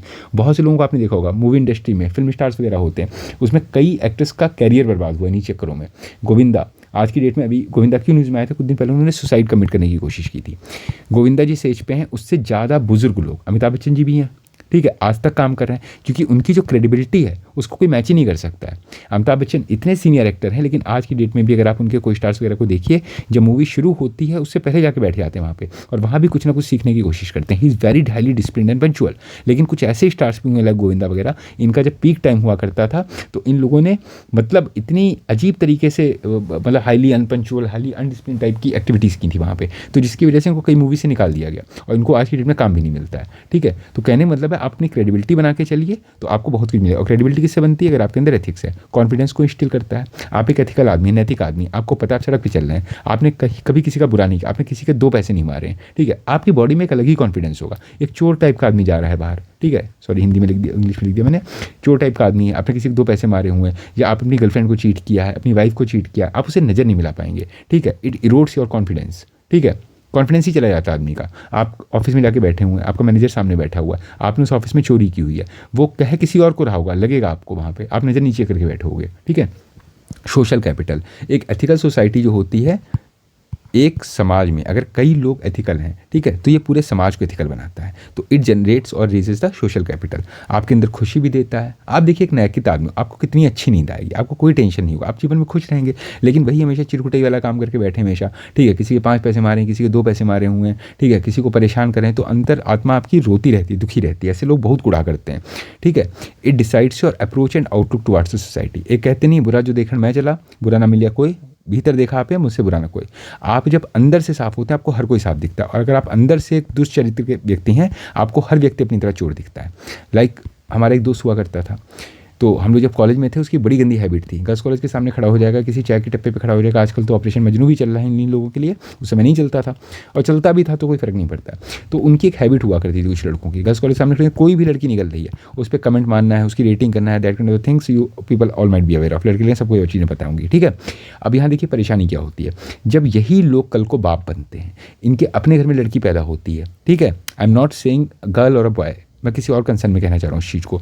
जब आपकी बेटी कहीं मार्केट में जाएगी, कहीं जाएगी, तो आपके दिमाग में कंसर्न होगा कि मैं जब कॉलेज में था तो मैं हर निकलने वाली लड़की पे कमेंट पास करता था, मैंने लोगों का जीना हराम कर दिया था अपनी सोसाइटी में। ठीक है, एक बात बता रहा हूँ आपको, अब मेरे घर में बेटी है तो वो बाहर जाती है तो मेरे दिमाग में सबसे बड़ा डर यही होगा कि 4 लोगों से भी कमेंट मारेंगे, तो मैं उसको भी घर में कैद कर लूँगा। यानी कि the ethics are deciding my attitude और आउटलुक टुवर्ड्स द सोसाइटी। मुझे समाज में हर व्यक्ति मेरी तरह दिखाई देगा। अगर मैं एक ईमानदार हूँ, मैं एक अच्छा आदमी हूँ, तो मुझे हर आदमी अच्छा दिखाई देगा। और मैं अगर एक चोर टाइप का आदमी हूँ तो मैं हमेशा सबको संशय और उसी नज़र से देखूँगा कि जैसे मैंने चोरी की है वैसे उसने चोरी की है। ठीक है, ओके, आगे चलते हैं। It elevates your sense of being. ठीक है, ये कहीं ना कहीं हमारे होने के एक सेंस को भी एलिवेट करता है, डिसीजन मेकिंग हमारी स्ट्रॉन्ग करता है, ट्रस्ट बिल्डिंग करता है, एक दूसरे पे विश्वास बढ़ाता है। आप चोर हैं, आपको दूसरे चोर लगेंगे, आप किसी पे ट्रस्ट ही नहीं कर पाएंगे। आप अच्छे आदमी, आप दूसरे पे भरोसा कर लेंगे। ये भी है कि सब पे बहुत जल्दी भरोसा भी नहीं करना चाहिए, लेकिन कहीं ना कहीं समाज में एक ट्रस्ट बनाता है। ठीक है, creates the foundation for the social harmony. आगे चलते हैं। Reducing the conflict. एक समाज जितना ही एथिकल होगा उस समाज में उतना ही कम क्लेश होगा। इमेजिन कर लीजिए एक फैक्ट्री का ओनर है, ठीक है, उसने कभी भी अपने लेबरर्स का पैसा नहीं मारा है, ठीक है, सबको ईमानदारी से टाइम पे पैसे देता, क्या उसकी फैक्ट्री में कभी भी इंडस्ट्रियल कन्फ्लिक्ट होगा? बिल्कुल नहीं होगा। ठीक है, सब लोग शांति से समृद्धि से काम करेंगे। लेकिन यही आदमी है, जैसे कोई कोचिंग संस्था का मालिक है, कोई स्कूल का प्रिंसिपल है, मतलब कोई भी संस्था हो सकती है, कोई भी ऑर्गेनाइजेशन होता है, ये अपने एम्प्लॉयज़ का पैसा मार रहा है। ठीक है, अब होगा कि यहाँ बच्चे पढ़ते हैं, तो ये जो टीचर्स होंगे वो होंगे बच्चों को नहीं पढ़ाएंगे, वो आधे टाइम स्ट्राइक करे बैठे रहेंगे। तो इससे क्या हो रहा है, पूरी पूरी संस्था बैठ रही है, तो यहाँ विवाद हो रहा है, कन्फ्लिक्ट हो रहा है, टीचर और मैनेजमेंट में विवाद हो रहा है, उनको पैसे नहीं मिल रहे हैं, बच्चों को ये टीचर नहीं पढ़ा रहे हैं, तो बच्चों के पेरेंट्स आ रहे हैं, घटिया स्कूल है आपका, यहाँ अलग विवाद हो रहा है। तो the lack of ethics in a society, okay, or even at the individual level, it always leads and generates some kind of a conflict, and absence of such conflicts can only be facilitated if there exists some sort of ethics in the society। हर कोई rules and regulation follow करे। Okay, आप सड़क पे चलते हैं, आपको पता है आप ट्रैफिक का वायलेशन ना करें, आप एथिकली कंडक्ट करें, कभी आपकी लड़ाई नहीं होगी। लेकिन आप क्या करते हैं, वहाँ पे गाड़ी मोड़ के खड़े हो गए, उसकी वजह से क्या होता है, कोई निकल के गाड़ी लेने, तुम्हें गाड़ी नहीं चलानी आती, वो नहीं चलाना आता, ठीक है, तो क्लेश हो गया, उसकी वजह से और जाम लग जाएगा। ठीक है, पर्सनल फुलफिलमेंट। जब आप एथिकल प्रिंसिपल से काम करते हैं तो ये आपकी पर्सनल इंटीग्रिटी के साथ साथ आपकी सेल्फ रिस्पेक्ट भी बढ़ाता है, आपको सेल्फ फुलफिलमेंट भी देता है, ये आपकी एक मोरल आइडेंटिटी को क्रिएट करता है। आपको पता है, आज की डेट में मैं एक नाम लेता हूँ, अगर गांधी जी, तो गांधी जी का नाम सुनते ही आपको दिमाग में कौन से शब्द आते हैं? ऑनेस्टी ऑब्वियस सी बात है, ठीक है, ब्रह्मचर्य वगैरह भी आता है, लेकिन इनकी जो पहचान थी इनकी सत्यनिष्ठा से थी, सत्य, ठीक है, ट्रूथफुलनेस। गांधी जी ने कोई चीज़ कही थी, सत्यवादी, मतलब उनके कोड़े भी पड़ रहे होंगे, कुछ भी सिचुएशन आ गई वो आदमी सत्य का ही वो नहीं छोड़ेगा। हरीश चंद्र का मैं नाम लूँ, आप सीधे कहेंगे ट्रूथफुलनेस। राम का नाम लूँ तो पहली चीज़ क्या आएगी आपके दिमाग में? Obedience, obedience towards his father, commitment towards his wife, dedicated towards his wife. ठीक है, अपनी प्रजा को लेकर कितना कमिटमेंट था उनके अंदर कि एक प्रजा में खड़े होकर आदमी ने बोल दिया, उनकी वाइफ के ऊपर क्वेश्चन लगा दिया, उन्होंने अपनी वाइफ का ही त्याग कर दिया। तो यह आदमी, he was a epitome of sacrifice, basically he was representing some kind of the sacrificial values. अपनी बीवी को छोड़ देते हैं, बच्चों के साथ अलग रहते हैं, बच्चे भी बाद में मिलते हैं। लक्ष्मण, उर्मिला, सॉरी, ठीक है, रामायण के कितने कैरेक्टर्स हैं, ये बार बार आपको कुछ वैल्यू सिस्टम दिखाता है, सेक्रीफाइस। इवन महाभारत में भी सब कुछ सेक्रीफाइस था, भीष्म पितामह का सेक्रीफाइस था। अपने पिताजी की मतलब शादी कराने के लिए बेचारों ने इन्होंने आजीवन ब्रह्मचर्य का व्रत ले लिया था। ठीक है, तो कभी कभी जो एथिक्स होते हैं, अगर आपके अंदर एक पर्टिकुलर वैल्यू सिस्टम है तो आपकी पहचान उस वैल्यू सिस्टम से होने लगती है, यानी it creates some kind of the moral identity for you in the longer run. Okay, legal compliance, obvious सी बात है, आप एथिकल स्टैंडर्ड से अगर हिसाब से चलेंगे तो समाज में लीगल कंप्लाइंस भी होगा। सरकार आपसे क्या एक्सपेक्ट करती है कि आप टाइम पे टैक्स भरें, सीधी सी बात है, ठीक है, और सरकार ईमानदारी से अपना काम करे। तो अगर आप टाइम पे टैक्स भर रहे हैं, that is regarded as ethical act, ठीक है, लीगल कंप्लाइंस आपका होगा, आपको भी कभी जेल नहीं होगी, और सरकार के पास पैसे रहेंगे, वो भी ढंग से काम कर पाएगी। आप किसी ऑर्गेनाइजेशन संस्था में कोई काम करते हैं, ठीक है, आपका एक प्रोफेशनल इंटीग्रिटी होती है, ठीक है, प्रोफेशनल एथिक्स आपके होते हैं। डॉक्टर है, हॉस्पिटल में प्रॉपर्ली टाइम पे जाता है, जैसे आप सरकारी हॉस्पिटल में ही डॉक्टर हैं मान लीजिए, ठीक है, आप टाइम पे 10 बजे पहुंच जाते हैं, शाम को 5 बजे तक पेशेंट देखते हैं। कई ऐसे डॉक्टर होते हैं जो वहाँ पे पेशेंट ही नहीं देखते हैं, या पेशेंट आते हैं कह देते हैं कि भैया दवाएं ख़त्म हो गई हैं, हमारे पास स्टाफ नहीं है, अंडर स्टाफ है, ये सब चीज़ें। और यही वो डॉक्टर हैं जब आप इनके घर पे जाएंगे, वो आपको 5 बजे के बाद घर बैठे मिलेंगे, और वो 5 बजे से लेकर 10 बजे तक रात में पेशेंट देखेंगे, क्योंकि दिन में तो सो रहे थे वहाँ पे, ठीक है। और इस टाइम इनकी चार्जिंग फीस 300 से लेकर 1000 हो सकती है, ठीक है, फिर वो पर्ची काट देंगे आपको कि मेडिकल स्टोर जाके ले लीजिए। यानी कि ये आपकी प्रोफेशनल इंटीग्रिटी को तहस नहस कर रहा है, तबाह कर रहा है, क्योंकि ये अनएथिकल वे में काम करने का तरीका है, ठीक है, जिसके चलते कल को आपको ब्राइबरी का आपको लग सकता है चार्ज, आपको जेल हो सकती है in not performance of the duties के केसेस पे, यानी आपकी पर्सनल प्रोफेशनल रेपुटेशन को तबाह कर सकता है। लेकिन वहीं अगर आप एथिकली काम करते हैं तो आपकी प्रोफेशनल रेपुटेशन बनी रहती है। आपने कई लोगों का नाम सुना, जैसे टी एन शेषन का नाम बार बार आता है, ठीक है, उन्होंने प्रोफेशनल रेपुटेशन पर अपनी ज़िंदगी जी, ठीक है, उनको किसी बात का डर नहीं था। कई ऐसे जजेस बनते हैं, कई ऐसे ऑफिसर बनते हैं, जैसे इवन विनोद राय ने बहुत अच्छा काम किया, लेकिन कहीं ना कहीं उन पर एक क्वेश्चन मार्क लग गया कि कहीं पॉलिटिकली मोटिवेटेड तो नहीं थे, क्योंकि जब अपोजिशन पार्टी रूलिंग में आती है तो इनको बहुत ही अच्छी पोस्ट ऑफर होती हैं, पोस्ट रिटायरमेंट जॉब्स। और जब आप पोस्ट रिटायरमेंट जॉब्स को करते हैं, चाहे वो जुडिशरी के केस में हो या कोई भी कॉन्स्टिट्यूशनल बॉडी हो सकती है, उस केस में आप पूरी संस्था की प्रोबेबिलिटी पे क्वेश्चन लगा देते हैं, ठीक है। तो ये सारी चीज़ें देखनी होती हैं हमको। फिर क्या होता है आपका एट द ऑर्गेनाइजेशनल लेवल, संस्थात्मक लेवल पे, ठीक है, अगर एक ऑर्गेनाइजेशन एथिक्स को फॉलो करता है तो उसकी ब्रांड क्वालिटी बनेगी, है ना। ये तो आपको पता ही, जैसे फॉर एग्जांपल एक अमूल है, ठीक है, कोई भी डेयरी से रिलेटेड कोई फैक्ट्री हो सकती है। अब आप समझिएगा, अगर ये इंटीग्रिटी के साथ काम कर रही है, ऑनेस्टी के साथ कर रही है, ठीक है, तो इसकी एक ब्रांड वैल्यू बनी रहेगी। ओके, लोगों को एक भरोसा होगा। मैं आज की डेट में अगर मार्केट में जाता हूँ, मैं कहता हूँ भैया मुझे अमूल का दूध चाहिए, मुझे किसी लोकल डेयरी पे भरोसा ही नहीं रह गया। रीज़न बीइंग दैट कई बार सुनने में आता है कि लोकल डेयरी है, थोड़ा 2-3 रुपये कम दूध मतलब सस्ता दे रही है, लेकिन भैया कल को पता चल रहा है कि उसमें उन्होंने पता भगवान जाने कौन सा उन्होंने सर्फ एक्सेल मिला रखा है, कौन सा वॉशिंग पाउडर डाला हुआ है, ठीक है। यानी कि एक ब्रांड क्वालिटी बनाने के लिए मैं बचपन से एक पर्टिकुलर टीवी देखता आ रहा हूँ, हमारे घर में वही टीवी आता है, वही फ्रिज आता है, तो ब्रांड वैल्यू क्यों बनती है? क्योंकि वो जो ब्रांड है, जैसे टाटा होगा फॉर एग्जाम्पल, टाटा ही नमक आप खाना पसंद करते हैं, आपको पता है उसका टेस्ट ही अलग होता है, ठीक है, तो उन्होंने ब्रांड क्वालिटी मेंटेन की बिकॉज ऑफ देयर एथिक्स, ठीक है। एम्प्लॉयर एम्प्लॉय का रिलेशनशिप भी अच्छा रहता है, जैसे मैंने आपको बताया कि भाई जो आपका एम्प्लॉयर है वो टाइम पे आपको पैसे दे रहा है, सीधी बात ये, ठीक है, आपके रिश्ते नहीं खराब होंगे, ठीक है, आप स्ट्राइक या धरना नहीं करेंगे, क्योंकि दोनों एथिकल वे में डील करें। अब मान के चलिए जो आपका एम्प्लॉय है उसने एम्प्लॉयर से पैसे तो ले लिए, लेकिन वो काम करने नहीं आ रहा है, तो इसके चलते भी यहाँ पे स्ट्रेन क्रिएट होगा, इसके चलते भी दोनों में लड़ाई झगड़ा होगा, है ना। तो चीज़ें एथिकल वे में चलेंगी तो बहुत अच्छी हो जाती हैं। स्टेक होल्डर रिलेशनशिप होता है, जिन लोगों का स्टेक लगा है, शेयर होल्डर वगैरह हैं, उनके भी रिश्ते आपसे अच्छे बने रहते हैं। एट द सोसाइटल लेवल, यानी संस्थात्मक स्तर पर अगर हम बात करें एथिक्स की, तो एब्सेंस ऑफ ग्रीड, लोगों के अंदर लालच होता है तभी वो अनएथिकल होते हैं। 2 पैसे की चोरी कर लेना, कभी 500 करोड़ की चोरी कर लेना, यानी सोसाइटल लेवल पे एथिक्स है तो एब्सेंस ऑफ ग्रीड होगा, कॉपरेशन और पीस होगा, लोग सब मिलजुल के काम करेंगे, समाज में जस्टिस होगा, न्याय व्यवस्था की स्थापना होगी, इक्वालिटी होगी, सस्टेनेबिलिटी होगी, प्रोग्रेसिवनेस से लोग आगे बढ़ेंगे, वरना लोग हमेशा हत्या पे लगे रहेंगे। राइट्स और रॉन्ग के स्पेसिफाइड स्टैंडर्ड मेंटेन रहते हैं, लोगों के सोचने समझने की शक्ति बढ़ती है, पर्सपेक्टिव समझता है, जजमेंट बढ़ते हैं, मोरल डिलेमा से डील करने में आसानी रहती है, और सबसे इंपॉर्टेंट बात क्या है, सेल्फ रियलाइजेशन। यहाँ क्लासिक एग्जाम्पल गांधी जी का आता है। गांधी जी का क्यों आता है? गांधी जी जब सेकंड आरटीसी से लौट के आते हैं तो उनके मन में एक अंतर्द्वंद चल रहा था। क्या रीज़न था कि डॉक्टर BR अम्बेडकर को नेशनल स्ट्रगल में पार्टिसिपेट करना था, लेकिन इसके बावजूद वो वहाँ ब्रिटिश के साथ में कोट पैंट पहन के टेबल पे बैठ के वहाँ पे अपने लिए सेपरेट टेरिटरी डिमांड कर रहे थे, और अपने लिए नहीं, अपनी कम्युनिटी के लिए डिमांड कर रहे थे। तो गांधी जी को रियलाइजेशन था कहीं ना कहीं हमारे समाज में कोई गलती हुई है, हमसे कोई ना कोई कमी हुई है, तो इसके चलते वो एक नया शब्द कॉइन करते हैं, हरिजन। और वो कहते हैं everyone is a children of God, specially the people who are belonging to the marginalise communities. तो ये उनको एक रिकॉग्निशन देना चाहते हैं, ठीक है, जिसके चलते वो सेल्फ प्यूरिफिकेशन ड्राइव पे चले जाते हैं। वो कहते हैं कि हिंदुओं को आत्मचिंतन करना होगा, आत्ममंथन करना होगा, उनसे जो गलतियाँ हुई हैं related to untouchability and all, उसको हटाना होगा, जिसके चलते हुए वो इनको पैसिफाई करने की कोशिश करते हैं। तो सेल्फ रियलाइजेशन तभी पॉसिबल होता है जब आप एक एथिकल आदमी हैं, ठीक है, आप एक नैतिक आदमी हैं, तभी आपके अंदर सेल्फ रियलाइजेशन होगा। कभी किसी उस टाइप के आदमी को जो कि अनएथिकल हो, उसको आपने सेल्फ रियलाइजेशन करते देखा है? Can this thing happen in a unethical man? वो तो कहेगा हम तो सब कुछ पचा जाते हैं, हम कितना भी घूसखोरी कर लें, कितना भी चोरी चकारी कर लें, हम सब पचा ले जाएंगे, ठीक है। Anyway, these were the things. अब एक टॉपिक आता है आपका consequences of the ethical erosion, यानी अगर समाज में नैतिकता नहीं बचेगी, ठीक है, एथिकल इरोजन हो जाएगा, तो उसके क्या क्या कॉन्सिक्वेंसेज हो सकते हैं, ठीक है।